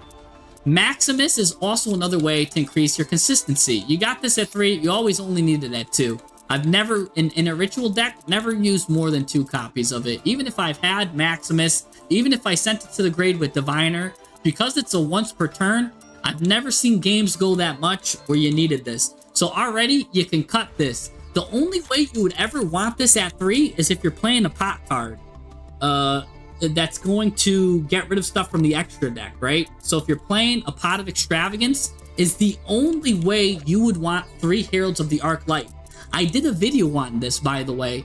It's if you have 3 of a card, it's very highly unlikely, like less than, I forgot the numbers, you could check out the video, but I believe it's less than 15% that all 3 will get banished. So the only way you want to play all 3 is if you're playing this Pot of Extravagance. But because you're going to draw from other ways and you can't draw by card effects, and you could send Garura, I wouldn't play the pot then. I would just play this at 2, and already we have a maybe another extra deck slot, which we could look into later. All right, so let's see. We've got 3 Diviners, 1 low. Or you're talking about consistency. You're running 1 low.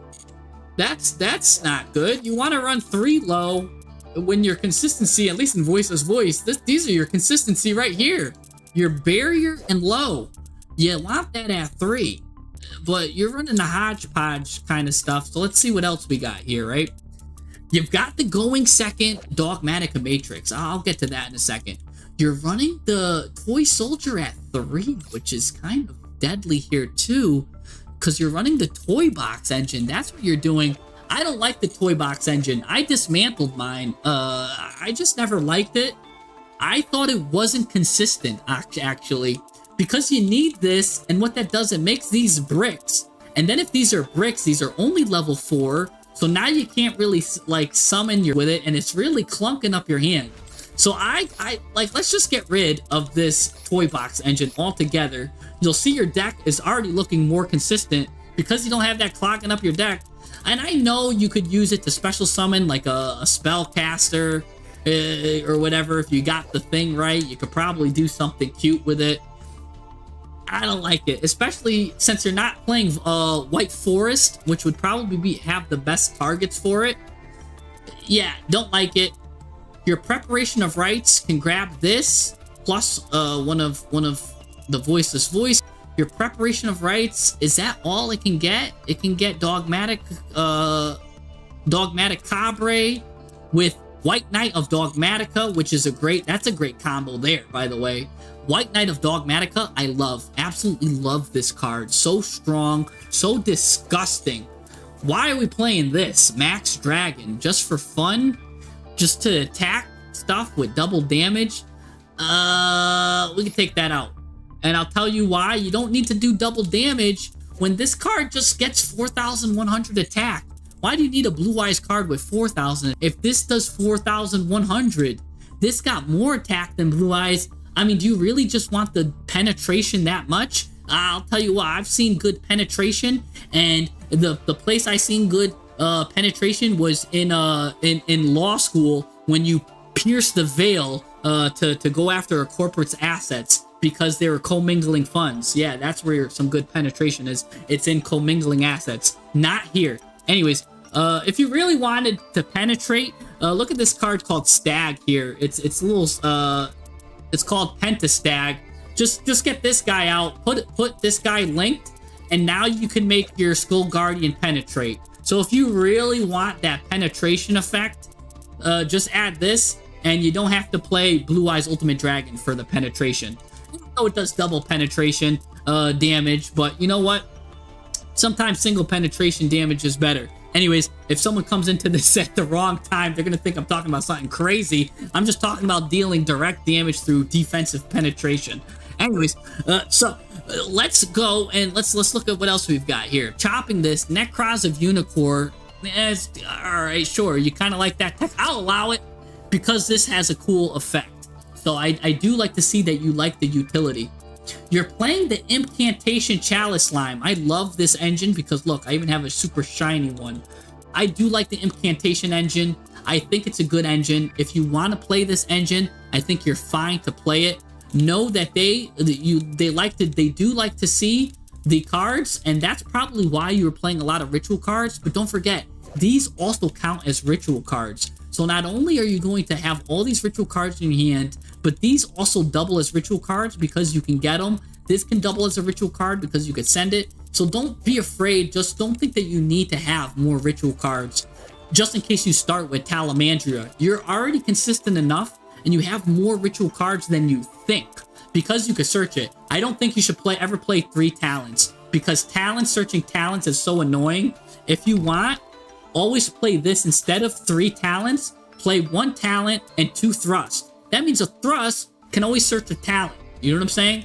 That package right there is always better than playing 3 talents. You can see I even dismantled one of my talents because I'm never going to play talents at 3. If anything, this is so much superior than playing it at 3. There is a slight advantage. There is a very small advantage to playing this at 3 in that it does have a little bit, tiny bit better at breaking boards. But I think, and this is more susceptible to Droll in some weird scenarios, but you already have a weakness to Droll anyways, so it's fine. It's fine. It's decks that don't have a weakness to Droll maybe can do that. I would just do this because now your thrust can search preparation of rites. Your thrust can search pre-preparation of rites. Your thrust can search Nadir Servant. Thrust can search so much right now. You gotta play Thrust. And in some ways, it's better than having this. You might want to not draw 2. You might just want to get your starter right away. So we're becoming consistent right away. 3 Incantation Chalice Slime, sure. Do we want to play the Magician's Engine as well as this? Again, what spellcaster are we sending to the graveyard? We could send that, get it back with Nadir Servant, so that's always fine. I mean, I guess you can leave it. Alright, sure. White Knight can stay. Albazoa, here's the thing, it's a great card. It's an absolutely fantastic card, but so many cards right now in the meta can just destroy it. All of the meta, so I've kept White Knight Dogmatica, my Dogmatica cards, but I've gotten rid of Albazoa in almost all my lists because Ryzeal gets rid of it with the trap. Malice gets rid of it with the quick play. It doesn't have its like stayability power that it needs to, so it's not good. And sometimes it backfires on you. Like it's not as good as it once was. So keep the White Knight, the Dogmatica, play it at 2 then if you want, because then it keeps your preparation of rites open more, especially because you have that. I think this is such a good card, and right now it's even better than Albazoa. Albazoa needs you to send a level 12, which you do send Despia Lulu Lilith, and you probably summon the Iris Sword Soul with it. But if you get rid of that, I would get rid of this, put in some good level 8 targets now instead. There are a lot of good level 8 targets, and you might be like, oh, what are my good level 8 targets? It's Tinklad. Take a look at this. Am I spelling Tinklad wrong? It's definitely Clad. Clad is in there. What? Maybe I forget his name. It's this. Titanclad. This is a good level 8 target. Send this during the end phase. You can add a Dogmatica monster or Fallon Valdez from your deck to your hand. That's pretty good. So you can get Dogmatica into the end phase. You can get one of these in the end phase again. You know what I'm saying? You can get a Dogmatica monster, and some of these are just really good in the hand. Dogmatica. Since you have a Dogmatica on the field, you might just want to grab this guy, Fleur-de-Lis. Fleur-de-Lis could kind of go good with it. It's a light level 8, so it doesn't conflict with your prayers of the Voiceless Voice. Add this, and guess what? Now you got yourself another negate if you add this card to the hand. Or you could, by the way, you can special summon it. There are some good Dogmatica cards to special summon. Again, you can go into Quem. That's something like a story for another day, because you could send Gangrenol. Gangrenol likes to get and do stuff. There's a lot of good stuff. Speaking of which, Gangrenol's another good card, because if your opponent special summons something, you banish this card, you can special summon a Dogmatica monster from your extra deck, or a Despia monster from your extra deck. So you could go into that there, play this, and then now you get some Despia monsters to play. And this is on your opponent's turn, so you're not locked. You're not locked with your Nadir Servant. And now you can special summon some weird stuff like this. You got a lot to play around with here, which is really cool. So a lot of that I would clean up, clean that up. You're running the incantation engine, so that's fine. These two Dogmatica cards are fine. Again, I would clean this up. I would play maybe 2 of these. We're not playing that Blue Eyes card anymore, unfortunately, so I would get rid of the ultimate stuff. I think that was just bricking you up more than it was helping you. Keep this card short for a little tech, that's fine. Right here's a start, but you can definitely start eliminating cards and getting it more better. Again, I at least play 2 low, please. Alright, fine. Play 1 of these if you want. Play at least 2 of these and 2 of these, please. Because Voiceless Voice is so strong. I wouldn't ignore it. Play 2 of these too. So therefore you have some more stuff. Again, so strong. You don't need all this stuff, but sometimes less is more. Honestly, if I would cut it, so this is how you're playing it. If I was to really do it, I would cut the incantation stuff, because again, less is more. Cut the incantations, cut this, cut this. Don't need you. Look at this. I'm already at 44 cards, and this is looking so much more consistent, because now, even though you were trying to up consistency by me cutting consistency, I just became more consistent. Because remember, these are once per turn. You can add all this stuff. You can't add these, those, with this. So maybe I'll just play this at 2, because I might not need to see all of these. Play this at 2. Great, getting this here, going this. I've got 3 of these. I might need another one and more of these, just in case I start with it. You know what I'm saying? Like that becomes, now you're making this a garnet or a brick. You don't need that. Since you're doing that, then you can always throw it back into the graveyard with this guy. This guy goes good with this. Now I'm turning your deck into a pure Voiceless Voice deck. So I'm sorry if that wasn't the name of the game, but I'm such a good Voiceless Voice player that I can't help but that's how I would do it, because I love Voiceless Voice so much. Again, get rid of the incantation stuff, so we'll get rid of that. And look, we're getting so much more consistent. You like to play the Dogmatica stuff. This is a great card, by the way. You have the Dogmatica stuff. Play this then, so you can always add another negate there, and there you go. This is much more consistent than what you had. But I did probably maybe change your design a bit there. Some extra deck cards I would do is Dynamindo, but I spend a lot of time in your deck. I want to go to the next guy, so... But I do like what you're going with it, and I did play a lot of different stuff there. So let's see. I forgot who was next because I got lost in the sauce, so I'm so sorry. Let's see if I could find, if my memory can serve me right, who I wanted to get next here. I did think I wanted something, and I forgot who was next. So I completely forgot. My memory just got blanked here. So let me just, I'm going up in the chat. I feel like I just got neuralized with Men in Black. Like, I forgot everything. I do know, I do know there was someone that said Jacko. It was Jacko. Jacko the Wacko. His deck he was in there. It got deleted. Jacko, I know you're on the list. Please, put your code in again one more time for me, please. Jacko the Wacko, if you are here, please, I know you're here. Jacko, yes, Jacko, because I know I had you on the list, and you were like here in the beginning. So let's take a look, peek a little gander at your deck. What are you up to, Jacko? Put a all right, petroleum. All right, I might gotta get a pen somewhere. Can I get a pen to write this? I have a pen in my pocket. I had a pen in my pocket the whole time. All right, we're starting a list here. Checking it twice. I'm gonna find out who was naughty or nice. Juicy and Clever was on the list. I was gonna go back to you because your thing.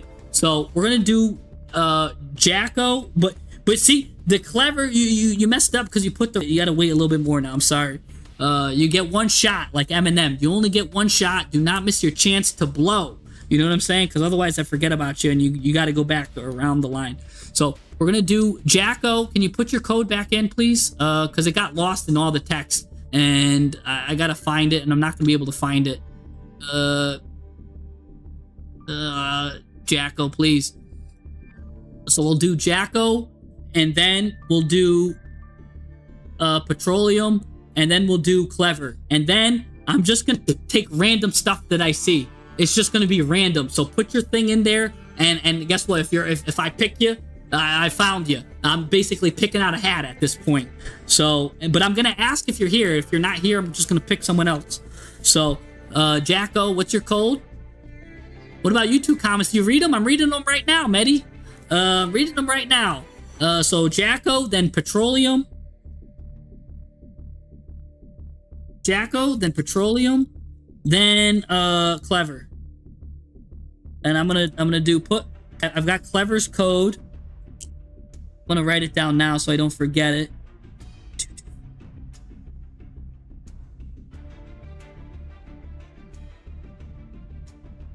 All right, Jacko. Where is your code? Please put your code in. Petroleum, can you put your code in again too? And I'll get you. Look at the thing. The thing thinks I'm falling asleep. Let's go. Let's put in the code. If I don't get codes, then I might just move Clever to the front of the line.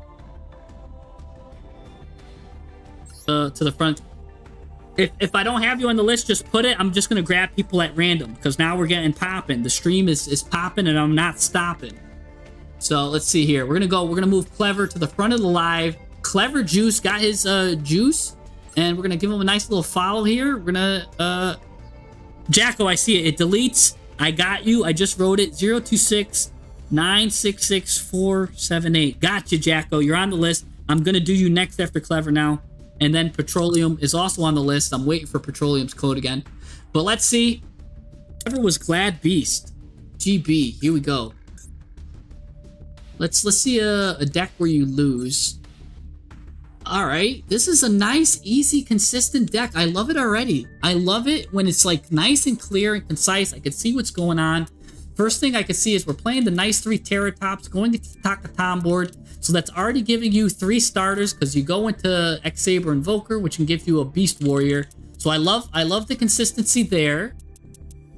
We've got Gladiator, Beast Andal that can be summoned off the Lordly Lord package. So you're nice and consistent there. You've got one talent, sure. Consistent there. You got some good going second cards. That can also be good going first. Good there. 3 Flavian Colossal. You're good there. Adding Gladiator Beats here. You're good here. You're even playing Rescue Cat. This is a good deck. And the thing is, all right, so I don't main Gladiator Beast and I don't play it that much, but I do like their concept of sending the stuff there, getting the 2 stuff. You've got such good consistency. Let me see. 1, 2, 3 starters right here. 4, 5, 6, 7, 8, 9, 10, 11, 12, 13, even 14, 15. Now, your deck, Gladiator Beast, is a 2-card combo deck. So we need 2 of these. So we might need more than 15. I believe we need to get to 23 starters. I believe that's the math if you're playing a 2-card combo deck. Now, I might be wrong. Gladiator Beast might be a 1-card combo deck in some ways. But I think you always need 2 to be able to go into like the links and stuff like that. So if you're playing a 2-card combo deck, you want 23 cards that you could be able to combo that can either be extenders or starters. I only counted 15, but again, I'm not a Gladiator Beast master, so I don't know if this card, I believe this card is a starter. Yeah, reveal this and starter both. Oh, this is a 1-card combo starter. So if it's purely a 2-card combo starter, you need 23. If you've got 1-card combo starters, you need 14. You've got hybrid, so your number's going to be kind of in the middle somewhere. So I think you're perfect because this is a 1-card combo if you've got a Gladiator Beast in your hand. Now again, remember, I don't play Gladiator Beast, but I just remember reading, and it's coming back to me because I have played against a couple of Gladiator Beast players. So your consistency looks here. I see a lot of good consistency cards. So I'll say you right now, I don't think consistency is your problem. The more I'm looking at your deck, I think consistency is not your problem. I think your deck gets hurt by other things, and I don't know what it is, because your deck is looking good.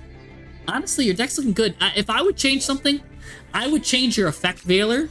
I really don't like that as a hand trap. You turn on talents. It turns on talents. I mean, you've got your 3 imperms, but there's probably other cards that you could look at besides effect veiler. I would look into other hand traps. Maybe some go second hand traps, like I know you need forbidden droplet kind of sends stuff, and you're a 2-card combo deck, so you don't want to do that. So maybe not forbidden droplet. I would look into maybe some better go second cards, or cards that can play good going first or second. I don't know how much I like Veiler of all your hand traps. I think there's other stuff you could do, like Ghost Bell might even be better if you're gonna play some. I don't know. I've never liked Veiler. It targets. If a hand trap targets, it's weak. Everybody and like Malice dodges targeting so easily. Petroleum, great thing. Just replace these with Max C. Where's your Max C? This is probably for the event, right? Yeah, Synchro Cup. That's why. All right, so that's why this was Synchro Cup. Let's see your Duel here. Yeah, he does have it. This is his Synchro Cup deck. That's why Max C was not there. So let's take a look at his unfiltered deck here. It still looks largely the same. He does add Max C. So Petroleum did find a good had the cure, and it was there. But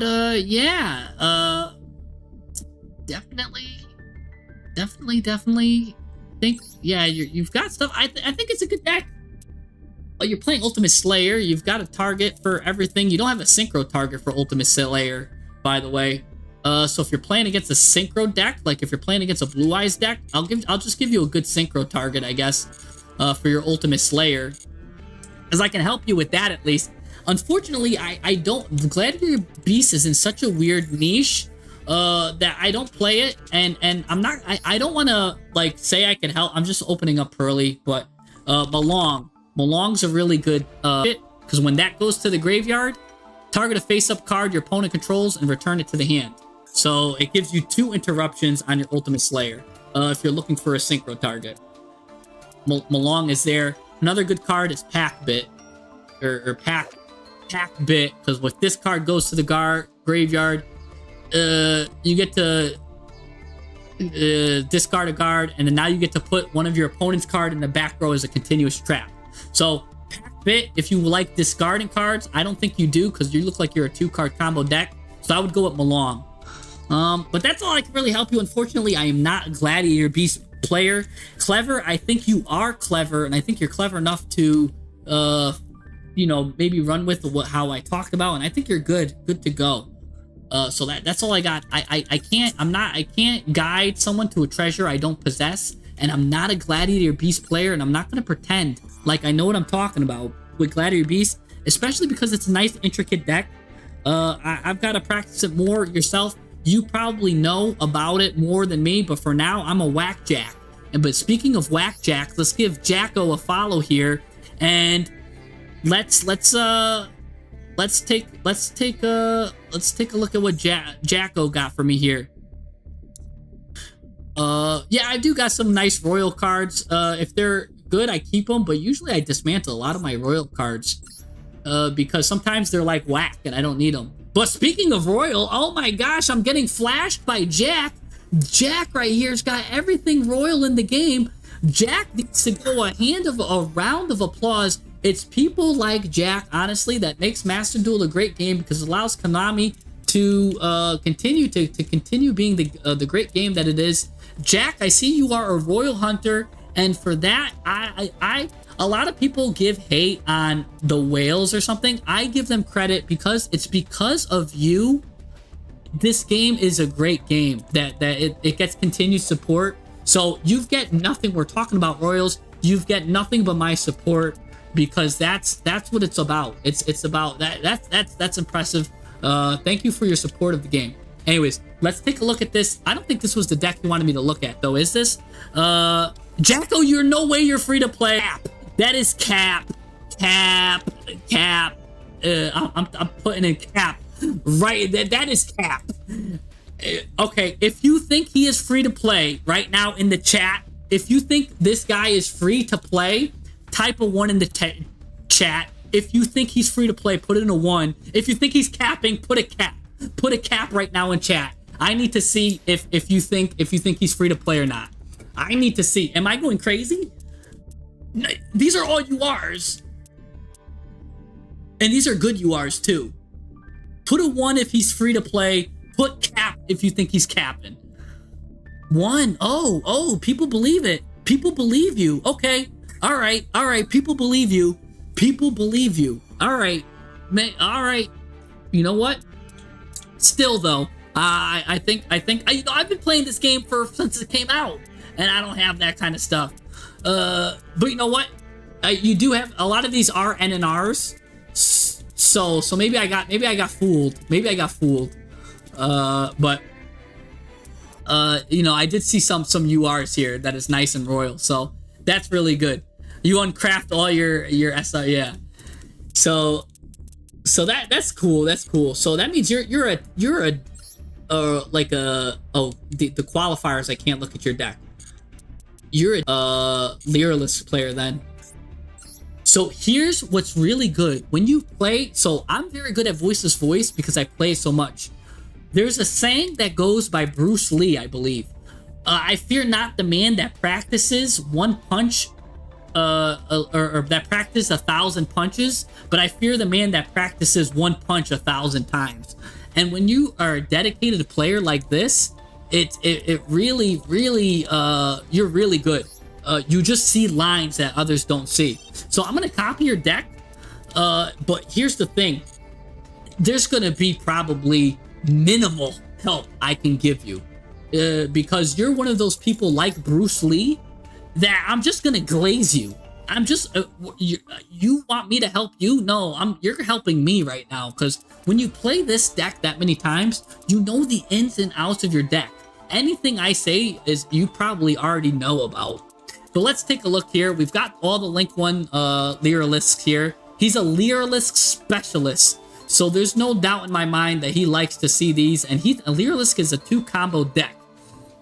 Is there any extra deck monsters to you? That I can help you with, because I already see one extra deck monster that I love to play that sometimes I don't play with this, so that I could probably help you out with. You've got 3 of these. I don't know if you need 3 of these, but I don't play Lurilisk that much, so I'm just gonna say since you have 3 of them, I'm gonna just cut it to 2.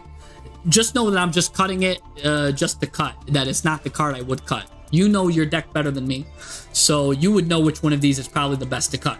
All right, so your deck looks awfully consistent. You're playing the Jack in the hand to get the card you need. Great. Since you're running 1s, I don't know if you want to talk about consistency, but there's some level 1 consistency cards here. I don't know if Arf Thou would ever help you. Arf Thou. This card, if you control a level 1, you add a level 1. And you only take 2,000 damage if you didn't normal it. But you know what? You can always special summon it, and it's 2,000. So I don't know if you want to play 1 copy of Where Art Thou, because you'll probably, looks to me like you'll always have a level 1 monster on the field, and you can get any level 1 monster you want from your deck to your hand. Again, I don't know if that's going to help you out or not, but it looks like I feel like you always are going to control a level 1 monster. So I don't see why maybe not one of those and one of these, since it's once per turn. I don't know. So I've got that. 1 for 1. You probably know about 1 for 1, and you probably strategically chose not to play it because it's taking rid of a card. But I'm just going to mention it anyways because, again, you probably don't like to go minus in this deck since it's a 2-card combo deck. I'm just bringing it up to people that play level 1 decks. You probably don't want it, but maybe you do, maybe you don't. You're the expert on this deck. I'm just bringing what comes to my mind when I think level 1s. So, where art thou? This, that. Do any of them have 0 attack? I know they're, like, these have 0 attack. So you can look at Perez map as an option.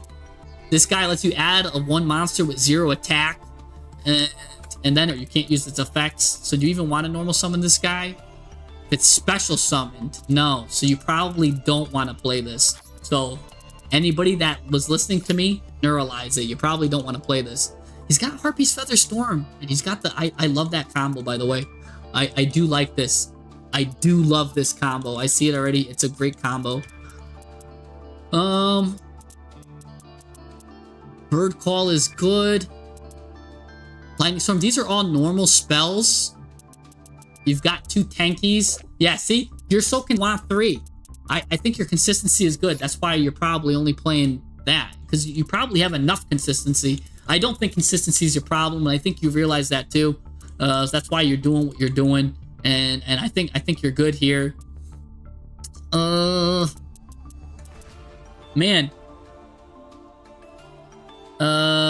This is good. This looks good. I mean, again, so let's take a look at some extra deck cards. Some good cards is Fucho. You probably already know about Fucho. It's 2 level 1s. Basically makes you unaffected by everything. Now I know kind of do it, but it's weak against Droplet, right? The one time you would go into Fucho is if you lose the coin toss. If you lose the coin toss and your opponent says, hey, you can go first, I automatically think that I'm going against Tenpai and I want to make Fucho because this Fucho guarantees you a turn 3.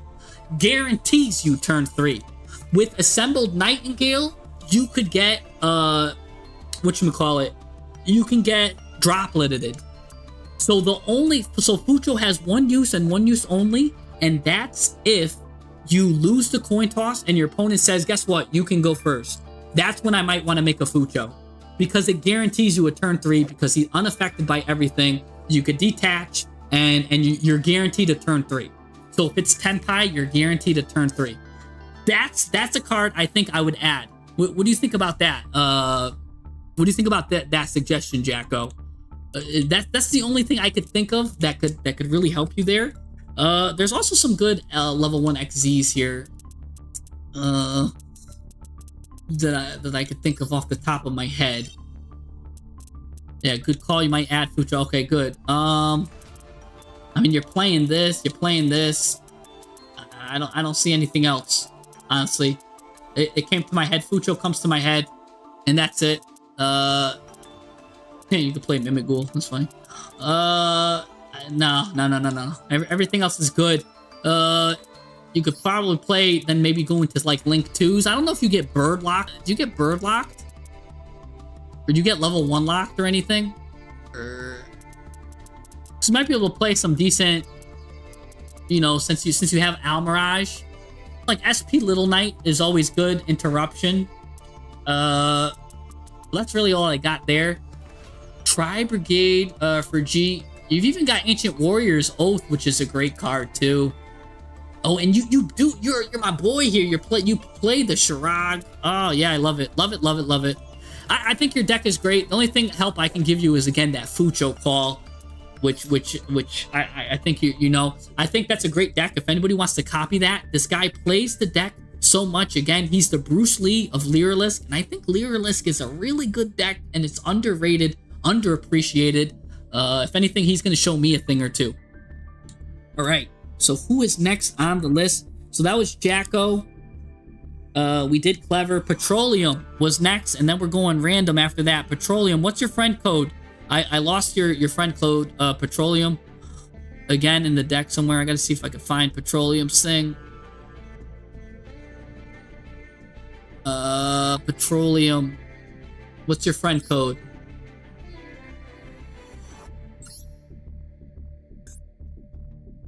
Petroleum. And then I'm going to start taking people at random. Oh, Trey Williamson's got a Crystron deck. I love Crystron. I can definitely help with that. Okay. I see some people's decks here. Yeah, put what deck you're playing too. So this way, because sometimes, like the Gladiator Beast deck, I felt like I couldn't help that much. Like, the guy was great.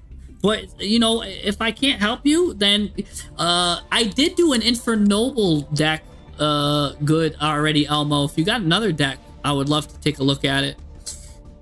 So this is Petroleum. And I want to look at Chris Williamson's deck. I want to say, because I got heavily into Crystron, so I can definitely help you out with that.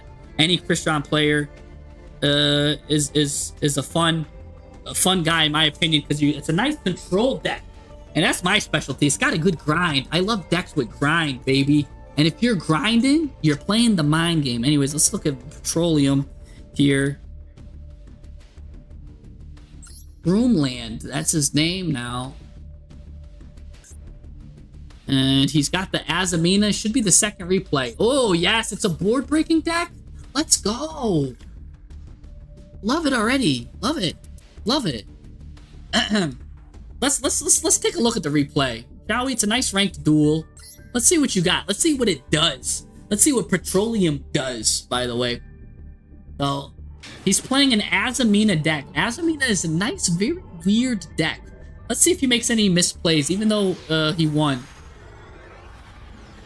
I want to see, or did you just dominate this opponent and you're going second? I love Lava. If you've got a deck that special summons, Lava Golem is so good. So good. Such a good counter right now for the meta. Anyways, he's going into the Ubell star here. Okay, that's going to be able to get back this. He's going to be able to go into a ranked if he wants here. Going to play some Sinful Spoil stuff. He decides not to. He's got his Snake Eye Ash. We've seen everybody and their mom seen the Snake Eye Ash combo a million times. So let's speed up that. What is he going here? Going into doing nothing unique whatsoever. Actually, that's a little unique. Put a Pure Unicorn in the back. I will admit, that's pretty cool. Gonna go into everyone's favorite combo, Fiendsmith. Fiendsmith, what are we gonna do here? No, I did Infernoid already. Like, one of the first decks I did was Infernoid.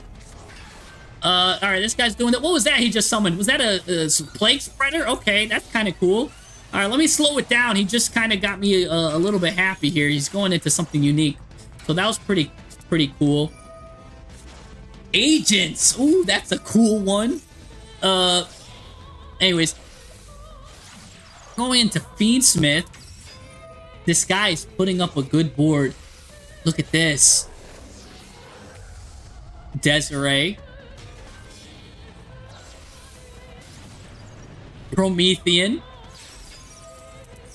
But he put this in the back row. I think he made a mistake by putting that in the back row.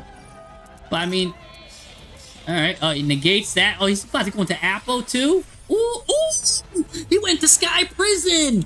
Sky Prison turns off everything in the graveyards. This is a weird tech, by the way. It turns off your graveyard, so it's kind of like a Exo Sister at home, basically. But you can't special summon from the graveyard. Yeah! Oh, that's cool.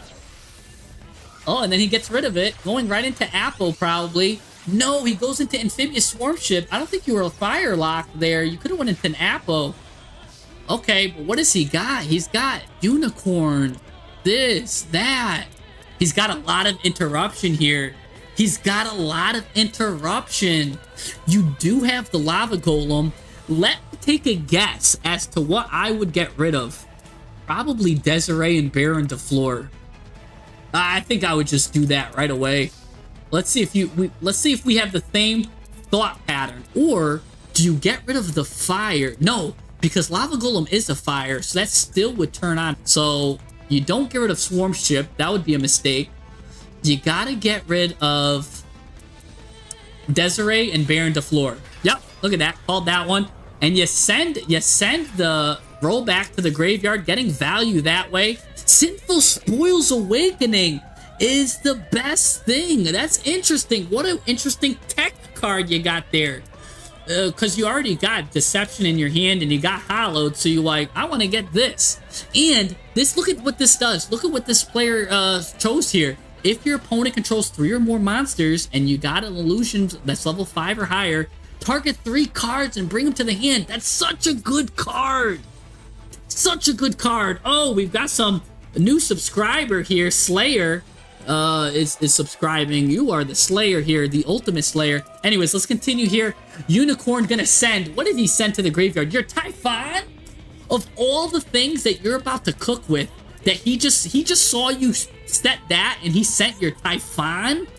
Oh, because you run 3 of these. You're running 2 of these, 2 of these, 3 of these. Oh, that's the only thing that you ran a 1 of that he had all night. But that's funny that he chose a Typhon. Maybe that was the best target there. He got no value from his Unicorn, and I love it. Because you're playing you know what your deck is good for. And yeah, you're sending this card to the graveyard after I was just hyping it up. Because you wanna get this out. This card will let you just special summon something. Oh, he's gonna get rid of 3 cards though, and you're gonna roll back right away to make sure you don't lose the value and do it. Oh, oh, whoa! Big brain move. You get your lava golem back. Oh, oh, whoa, wow. Oh, getting this is absolutely phenomenal. What you're doing here. Oh, my mind is blowing how you're playing this deck. I love it. I love it. I love it. Oh, I'm so glad I decided to watch this replay. Ladies and gentlemen, did you see that big brain move? Oh my gosh. I'm not even commentating anymore. I'm just watching this guy get wrecked and I'm enjoying it with you. Yeah, just surprise me anymore. I don't even know what this guy's doing. Look at this. More Azamina. That pops some cards, I believe, right? Doesn't that get to popping? No, it gets to sending. Ew, he put that face to even activate a monster effect on your turn. And that's why sometimes running hand traps is bad, because look at this. You run a hand trap, you would have gotten talented, and then he would have put your lava golem to the graveyard. Because he's not running hand traps, I'll check his deck after, he gets the advantage of not getting thrusted. And the one thing he's doing is thrusting his victory. By the way, that does double damage. He's thrusting his victory in his opponent. What a great deck. I'm so happy I watched this. This was absolutely insane. Yes, reduce, and his name is Malice. Oh, dang, his name is something Malice. Whoa, what do we got going on there? So I'm glad he lost, because he was showing some kind of malice, unless that meant like something else. But let's take a look at this deck. Let's see if we can even improve it better. Let's take a look. Let's see if we can improve it. I loved everything I saw there. Again, he's not running hand traps. I've been screaming this from the rooftop. Sometimes running hand traps is bad because you turn on talents. And if he ran a hand trap and if he like ashed his opponent, he would have lost his lava golem, which was his win condition, which saved him there. Not running hand traps saved you. Do you realize that and I've been telling people, sometimes these board breakers are better than hand traps. Who cares if you stop your opponent? Let them cook, and then you just dismantle everything they cook. The only thing that would have stopped you would have been a stun player. But like, who plays stun? They have a horrible win ratio anyways. Oh, you're playing Reasoning too. We talked about Reasoning earlier. Such a great card. Sends everything to the graveyard. And what's really good too is this card can't be normal summoned. So you're guaranteed to either summon Azamina or Ubell the Black Witch with your Reasoning. And we love her as a starter. And this card doubles as a Sinful Spoils card. So that lets you send this. Ladies and gentlemen, we have a master cooker right now. This guy is cooking something absolutely delicious. We're playing 3 of these, which normally would be the first thing that I'm like, whoa, don't do that, right? But because this is an Azamina deck, and he's playing 3 Debitors and 2 Hollowed Azaminas with Deception, he's using this not only as a negate, remember, he can get this out easily, so this has so much good purpose. Your playing is so good. On top of that, you can send it to the graveyard and now it's protection. This playing at 3 is normal in any other deck. It's absolutely bad to do. Here, It is one of the best things he could have done. Notice now he doesn't even play that many, like, he's playing some things at 2. He's got his ratios right, and he's, oh my gosh, I'm just loving your deck. Oh, I'm so in love with this deck. Oh my gosh, you need me to help you? Yeah, Elmo, he's helping us. You're helping me. I'm transcending. You're making me so happy just what I'm witnessing. And again, sometimes too, Sinful Spoils of Subversion, it's a great go second card because it puts someone in the back row. But not only could you use it as a go second card, it could also be fueled for your Hallowed Azamina. Oh my gosh. And you play it at 2, so you know that you want to see it, but you don't really want to see it. It's your deck building right now is sending me to another level. I'm glazing him. I don't care, Justice J. I'm glazing him. I am glazing him. He is a frosted donut, and I am glazing him. This deck, if you want to play Azamina, this is the deck. This is the deck I would copy. I'm copying this for my own because I want to play. This deck I am glazing. Stop glazing him. You learned it from me? Oh, well, now I'm learning from you. The student is surpassing the master here. That's so good. Look at this. Look at this. I'm loving everything about this deck. He's playing one Harpy's Feather Duster. Like, that's the one thing I could comment on. Like what? Like, maybe not that. Like, but you're is this blind second deck? Is this blind second? Or is this, I need to know if this is blind second or not to further research on this. Because if this is blind second, this is a great card too. That you're playing one of these Lightning Storms too. Oh, this is so good. I love everything what you're doing with the ratio. You're allowed to play more Lightning Storms, but you only want to play one because you know you can only activate one per turn. You go first. And see, that's what I love about this deck too, because there's a lot of decks that I make that are good like that. That is good going first or second, and I have all these go second cards. Remember, these cards are good going first and second. Your utility is insane here. I'm loving everything about this. The deception, yeah, sure. Called by, because you might be able to go first. You're even playing Pot of Extravagance because your ratios were there. You're playing 2-2-2-2. Oh my gosh. You don't matter what it gets extravagance. We talked about this before. The things that he's playing at 3 are the things he really wants to summon. So he's even getting advantage with extravagance. You're squeezing all the juice out of this. Oh, I love everything about this deck right now. Oh, you're playing one wanted because you can only play one wanted. Such a good card. Get you another card there too. Sometimes those two cards conflict because you can't draw, but who cares? That's just one draw that you might not be getting. You'll get it next turn. Sinful Spoils of Doom. It's a Sinful Spoils card. You're playing at 2, sure. That one transaction roll black was so sick. That was so sick. And again, this goes really good with reasoning. All right, let's see. Did I already copy this deck? I think I did. So let's take a look because there might be one card that you might be into, and you gotta let me know if you're into it or not. I don't know if it's even gonna help you. I don't even know. I think I copied it twice. And I've got all these cards too, so I can pretty much copy this deck. I just gotta get more cards for the pot. Let's see. I don't even know if you want it. It's the world card. What's it called?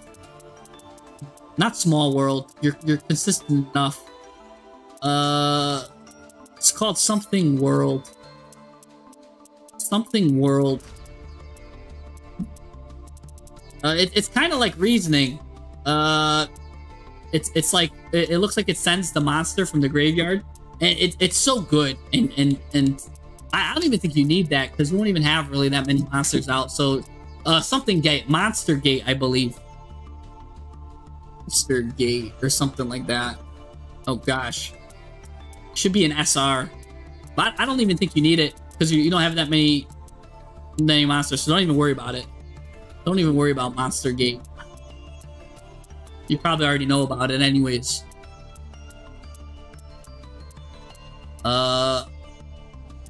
It is called Monster Gate. Yeah. But you probably don't even need this. Because yeah, you're gonna send everything to the graveyard. And it's just gonna be so good.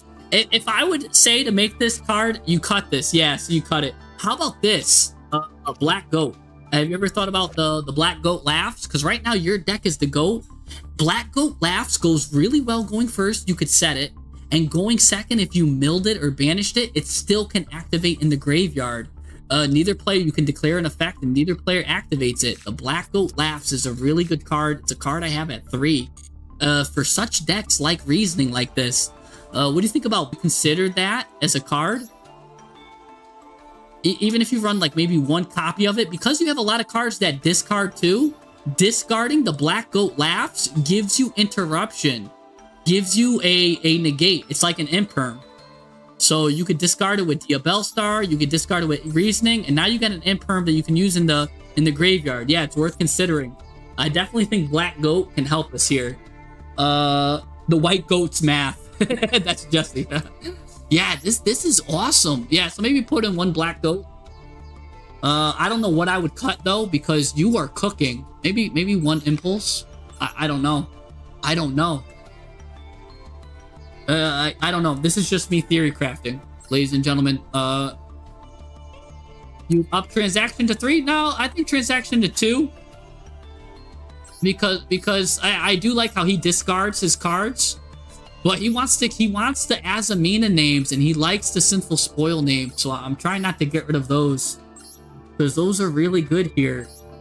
What other of the Sinful Spoils Azaminas are great?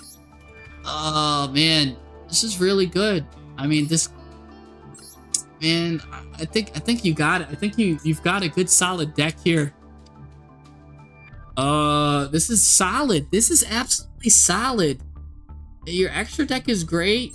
Man, I got nothing for you. I mean, if you want to run more of these, I've got 3. I've told you I love Typhon just because it goes good with this. But man, this is so good. I've got nothing. I've got nothing. Like I said, my biggest thing is the Black Goat Laughs. Your deck was a chef's kiss. Transaction at 3 does mean you draw it more often, but it can also brick you. He doesn't really want to see. He wants to see it, but he might not really want to see it. He might really want to send it more with Reasoning, and then, because remember, he doesn't really have that many traps to use with it. Like besides, you know, I mean, he's got some, but I mean, maybe he leaving at 1 is still good. We saw what he used it for. Was the combo with Awakening and Rollback. That was just sent me to another plane. So very spicy. This deck is a deck I would copy. I'm gonna put Petroleum Jelly deck. Nice. We're gonna call that, because that was Petroleum's deck. We're gonna keep that one. So I'm gonna further analyze that on my own time, because I think that was a very good deck. We're gonna delete, because I made it twice. Which one is this? Oh, that was the Lurilisk deck. We can get rid of this. You think he should kick Duster and Storm? I don't know. I mean, yeah, I guess because that's a purely go second option. So I think you're right. Lady Killer is definitely right. Kicking Duster and Storm is definitely probably the way to go there. All right. Let's move on to the next person. Let's see. I believe it was some Wilson, and he had a Crystron deck. Wilson, are you still here with your Crystron deck? I believe I wanted to do him. And then I'm just taking people at random. Oh, his name is Beast too. I like that. Wilson, are you here? Are you here? The Crystron deck. Yeah, he is here. Williamson, yep, I see you. Yep, I got you. You don't have any replays, buddy. I can't look at your deck. You didn't make your replays public. Make it public real quick. Are you Beast? You gotta make your replays public. Quickly. Make your replays public. While that's going on, I'm gonna add someone else to the list here. Let's see. Who should I add here? While he's gonna make his thing. I did Voiceless Voice. I talked about Voiceless Voice a lot. I spent a lot of time on Voiceless Voice, King of Games. So, but you do run the Allure Queen package, which is very interesting. But I talked about Voiceless Voice so much, I think people are going to be tired if I talk more about Voiceless Voice. Let's see. See if he made his... You didn't make your replays public.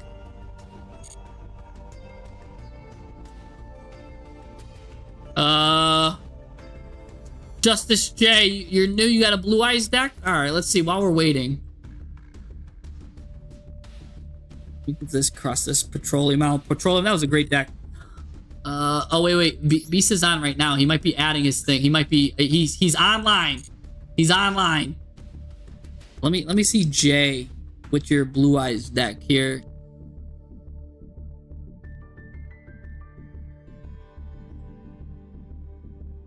And then D Mello from Twitch. I see you. You've got Mimighoul Ninjas. That might be something from I want to see.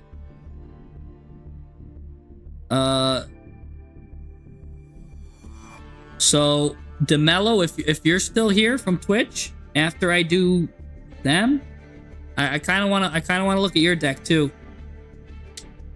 Let's look at D-Mello's deck. All right. We're still waiting for him to make it public. So let's see what our Blue Eyes player got for us here. Let's see if it's a Brick Eye deck or if it's a Sick Eye deck. You know what I'm saying? Is it a Brick Eye or a Sick Eye? Runic Jar, dude. What the heck is that? Sounds crazy. All right, let's see if it's Blue Eyes or Brick Eyes. He's showing me a lot of hand traps. Those might be a Brick Eye deck. This looks to be a Brick Eye deck. This is a. I gotta copy this. We gotta fix this one. We've got this one on the tarmac, ladies and gentlemen. This one might need a bit of help. I see 3 Blue Eyes. I don't think you need that many already off rip. I can tell you that. We're gonna have to fix this one. This one's got to go to the ER. This deck check needs to. We gotta check here. All right. So first things first. The good. I'm gonna give you the good, the bad, and the ugly. The good. You don't have that many play sets at all. Every card looks like it's unique. This is a Highlander deck. So you're not going to see a lot of dupes. The bad is the one card that you did put 3 of is your Blue Eyes. You could cut that to 2. I don't think I've ever seen a Blue Eyes deck that needed more than 2 Blue Eyes White Dragons. Because there's so many ways you can search it. There's so many ways you could search it. You can always send it to the graveyard with Spirits of Blue. That's the first thing I see right there. The first card I'm cutting. It's gotta be that. Alright, we've got some hand traps. You like this? Now, I was talking bad about Veiler before, but in Blue Eyes, and only Blue Eyes, I would play Veiler because you get to add it. You get to add a level 1 Light Tuner. So, there's special considerations. Like, for example, Punk deck, I would definitely consider Ghost Ogre. Like in insect decks, I would consider Retaliating Sea and Maxi, of course. You know what I'm saying? Like, because they could search it. So since you could search Effect Veiler, definitely I like Effect Veiler here.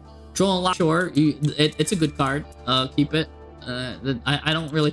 When people have personal choices for hand traps and board breakers, I tend to go with what they like because that's their flavor. That's kind of like what they want to counter. Like, you're saying you don't like combo decks, and that's fine. So go ahead, play your 2 Drolls. Your 2 Sages, okay. You've got a Master of Eyes of Blue. You're only playing 1 Maiden of White. I think it's very crucial to get Maiden of White to 2. This is your starter. This is not only your starter, this is your best starter. Get her at 2 immediately, if not sooner. 3 Ash, sure, again, like, that's your personal flavor. Dictator of D. I haven't seen this card used in a while. Same thing with Neo. I guess I'll keep them. Ether Barrel's a great card if you want to play the Grill Beam package. It's so strong. If there's any card you want to increase the amount of, it's Ether Barrel. It's such a good normal summon. So definitely consider putting those to 3. It's so powerful. Because it gets your Drill Beam engine going, and Drill Beam is so strong. And not only that, you can get Lordly Lord. That's just so strong. So definitely consider putting that to do that. Lancia too, a hand trap, sure. You're playing your Lava Golem.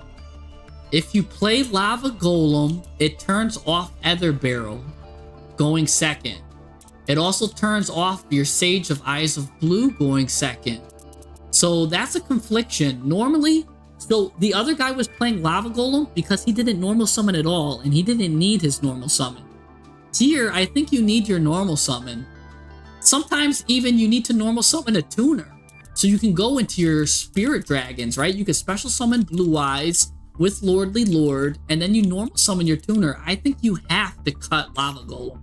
I think you have to cut it. Blue Eyes Abyss. This is if you're playing the ritual. That's like crazy, and that it adds it during the like. I don't know. I think if like you were turboing it out, it's good. But I don't think you need to play those. I really don't think you need to play those. I think your deck is better without it, because it bricks you up. It bricks you up, and you need a lot of 2-card combos, 1-card combos. Jet Dragon's great. That's fine. Nib's fine. Bingo Machine at 1 is great. That's fine. Synchro Rumble's okay, but remember, we got to get you to Synchro. And if you're going into rituals, then what are you doing into Synchros? You know what I'm saying? Like so you'll be able to add that with this, like one of the cards lets you add it. I forgot which one. This guy lets you add it. So, yeah. This Wishes with Eyes of Blue, I think we want to play that at 3. It's such a good card. Same thing with this. This is like a great starter. You want to get this to 3 as soon as you can. Ultimate Fusion, you only need at 1. It's searchable. It's searchable. So put your search cards at 1. And the other cards at this. Because look, this mentions Blue Eyes. You could search Wishes of Eyes of Blue with this. So why are we playing 2 of these and 2 of these when we could play 3 of these and 1 of these and search it if need be? You only have 2. Okay, that makes sense. So I'm just saying how I would make it better. You know what I'm saying? I'm not so we can get rid of this. We get rid of the ritual stuff. I'm saying like how I would immediately move to make this better. Roar, probably play that at 2 or 3. We'll leave that 2 if you only have 2. That's fine. Your 1 copy of Mausoleum. Lordly Lord, same thing. Maybe play it at 2 or 1. If you want to play it at 1, that's fine. Majesty, you only need to play that at 1. Called by the Grave, sure. Ultimate Fusion, your Drill Beam. Storming Mirror Force, get rid of this. Just because cards nowadays will destroy this before it can even go off. So Ryzeal will destroy it. Malice will banish it or use Access Code Talker. It will never go off against a good player. So get rid of that, please. Imperm, sure, that's your hand trap. You want to keep that, that's fine. Majesty is good. Solemn Judgment, again, that's a good ghost, like, but we want to get your consistency up. I mean, if you really want to make your go first stronger, you want your consistency better. You're better off. Would you rather see this Solemn Judgment in your hand or this Maiden of White in your hand? Would you rather see this Solemn Judgment in your hand or this Max C in your hand? You gotta weigh that. I think we'd rather see the Maiden of White or these. I think you cut that. True Light there. So now you're at 42. And Shadujan does make a good point. You could protect the Mirror Force, but then you're adding a brick to your hand going second, and it's another brick. I think you have enough bricks here. 1, 2 cards you don't want to really see in your hand. 3, 4, right? Do we really want to add a 5th card we don't want to see and search? Like, it's we want to keep our bricks, if possible, under 5. The cards that play 5 bricks are things like Exodia. You know what I'm saying? That play all the pieces. We've got to really limit the brick in the deck, especially because some of the cards, we already have some normals, we have some traps we don't want to see. You know what I'm saying? We got to get this to 40. So, I mean, 42 is fine because, again, we don't want to see these. So some of these are fine to be garnets or whatever. If you do, this is one of the weird scenarios where Upstart might be interesting, because instead of drawing a Blue Eyes, you draw Upstart, but then you don't draw your hand trap. So it's you kind of gotta weigh that, like on your bricks. I don't think you need Upstart. I think you're fine. But that's something interesting. If you're playing a lot of bricks, Upstart is better. I would look to make it more like this. Your extra deck looks great, by the way. Your extra deck looks phenomenal. Your extra deck looks phenomenal. So someone's saying don't play the 2 like level 1 tuners here. That's like a personal choice. If you kind of like this stuff, you could keep it. Again, this Maiden of White is infinitely better than this Maiden with Eyes of Blue. But you know what? That's up to you to decide. You could do that. You could leave it. It's up to you. So I would do that. And there you go. I would kind of put it like this. But again, there's a lot of stuff you could do. There's probably more Blue Eyes text. There's a lot. The thing about Blue Eyes is it is also how you want to play it. So if you will lean more into like the ritual stuff. You know what I'm saying? Like make sure you special summon this. Play cards that guarantees you special summon the Blue Eyes ritual. So you could do that. You know what I'm saying? But as is, like it looked weird. And then if you're playing the ritual, right? Like play cards like preparation of pre-prep of rites. If it names, like, what is this name? No, it doesn't even name it, huh? So you can't even play pre-prep. So I don't know. But definitely your extra deck looks great. I think you're fine. Your extra deck looks phenomenal. I think it's your main deck. I would just get it to looking something like that. At or around that, and that's how your deck becomes infinitely better. Let's see who we got next. URs are a rare commodity. If you don't have the best card, you know what? Let's see what I would do without the URs, right? So I need to fill in this. I need to fill in one of these. I need to fill in this. You make a good point. Let's say he doesn't have the UR dust and we desperately need to fill this, but something that's not UR. Well, the pot cards are all SRs, right? We might be able to get away with a pot because we don't really draw, we search, right? Maxi. So what pot card could we do here? I don't like, you could do this, but then that gets rid of a lot of stuff that you don't want. So definitely that's not a viable option. If you play Pot of Desires, we know you had 3 Blue Eyes. You could go back to doing that. But then you might have to play another True Light. You know what I'm saying? You got to kind of play with what you got then. If with SRs, if SRs is all you got, and I know you can get more Bingo Machine Goes from the whatchamacallit. You can get this from the starter pack. Oh no, you can't get it from the starter pack. I thought it came with one of the... Hold on. I thought this card was in the 500 pack. Piercing Darkness LO as a draw card. That could be actually a decent suggestion. I want to see in the free packs here that they give you, or the what kind of pack is it? The Blue Eyes pack. Isn't there a Blue Eyes pack? Right here. There's no Bingo Machine Go in here, huh? No. Okay, what about this? This might be able to be of some use. I'm trying to think, because these cards are cheap. So you definitely can look into these. I'm surprised. I thought Bingo Machine Go was in there. You could probably get a second one. Maybe this could be considered, especially if you wanted to run this like weird Abyss Chaos Max package. And then put in more of these. You know what I'm saying? Like more of these than if you wanted to go into that kind of stuff. I mean, you can make your stuff completely, there's a card that makes your thing completely ineffective. It's this. That's pretty cool. That buys you a turn. I don't know. There's a lot of stuff you could play with. Some cards here might be good to look into. But again, I don't know about some of these. My friend that was a Blue Eyes player would use some of these sometimes. He really liked the polymerization aspect and would use this a lot. So again, there's some stuff to look into if you only got SRs. So I would definitely look into those. All right, let's Let's see. Wilson got his cards now. Let's see.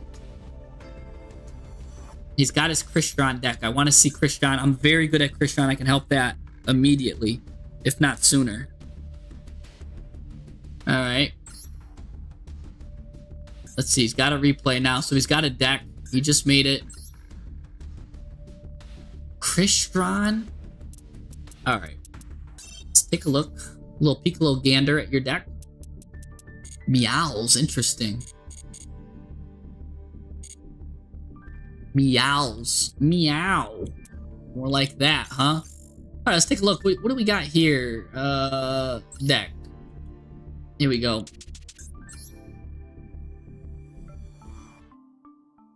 Let's see, and then we're gonna do DeMello from Twitch.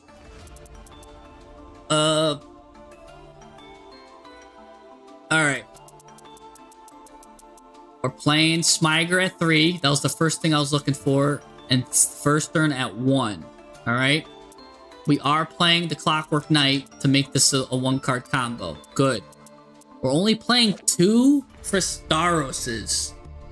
I like playing it at 3. That's a personal choice. I love that normal summon. But let's just leave that for now. Like, I love that normal summon though.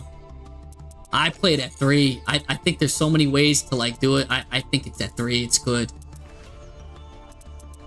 You're playing Meows. Interesting. You don't like the other Charmies better? Meows is your Charmy of choice? I would switch at the very least to Purlia because, or is that how you say? I forget how to say it. It's like Purlia. Because this one at least gets Ryzeal and Malice for like 2 cards. And that's like the deck to watch out for that everyone's playing. A lot of decks play around this easily. At the very least, that I think my ranking of Charmies right now goes Purlia, Fualos, Meows. But anyways, that's what I would switch there. But it's because of Malice. This cooks Malice more.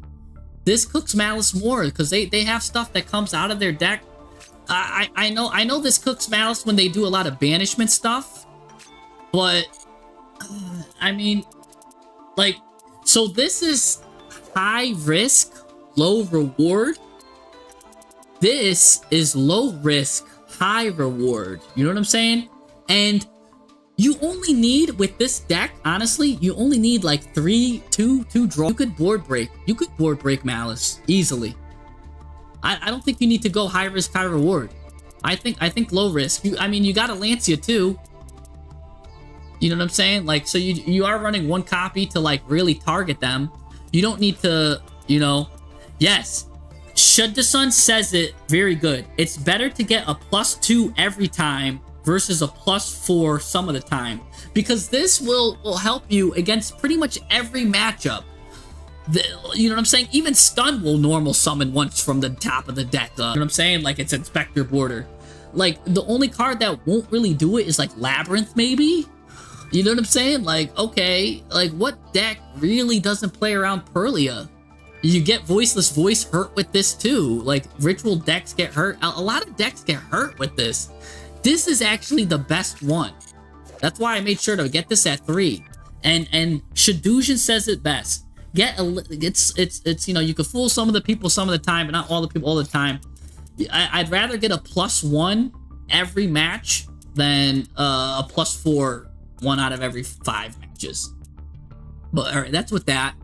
Sulfaneer, great. I like to run these both at 3, but it's fine if you want to do a 3-2. Again, that's the numbers. You're running the Kashtira package with it, which is okay. That's fine. Therion King Regulus. And you're running the Clifford Genius package, so I'm guessing you know how that works to get Regulus too. So I really like that. So this is great. I'm glad you're doing that. Dark Hole.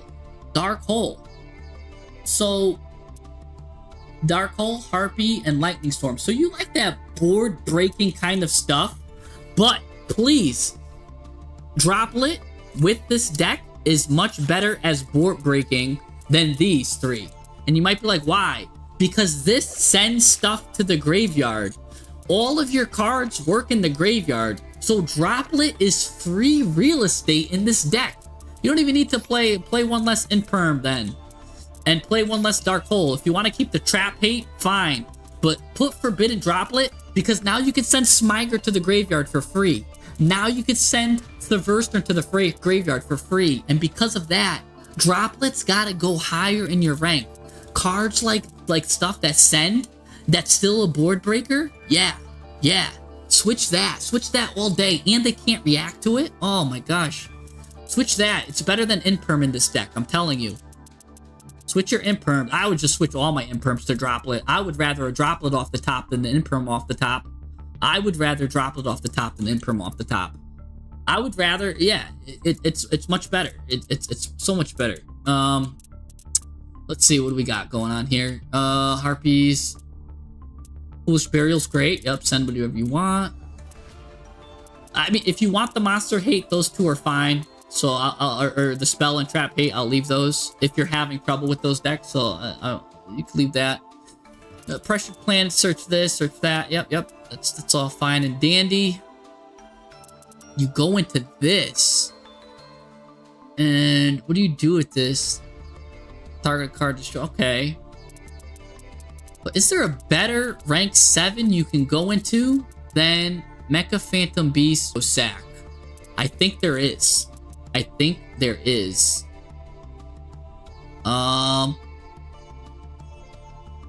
Droplet didn't seem like it was working. That's why you switched to the board breakers. That's interesting. I think Droplet's the move. I really do. Let me show you my deck. I mean, you've probably seen my deck a lot. I'm gonna save this where I'm at. Where's my Crystron deck? Crystron Ice Jade. So you don't have to worry about the Ice Jade stuff, because that was my little flavor that I was doing to be strong. That was strong against when everybody was playing Blue Eyes and it was the most common card. This card was the counter to Drill Beam. So you don't need to play the Ice Jade stuff. So let's just say the Ice Jade stuff isn't in here, right? You could figure out better stuff. I am playing a small Dragon Ruler package to send a water monster to the graveyard. Spooky Dogwood is a water monster, so I can send her there. There's a lot of... All my cards are water. I can send either this to the graveyard, that to the graveyard. I like Tidal Dragon Waterfalls. It's a tech card. You can see here, I got the Purlia, and guess what element Purlia is? It's water. Definitely play that. I should actually switch this to 2 and 1 now that the focus is that, honestly.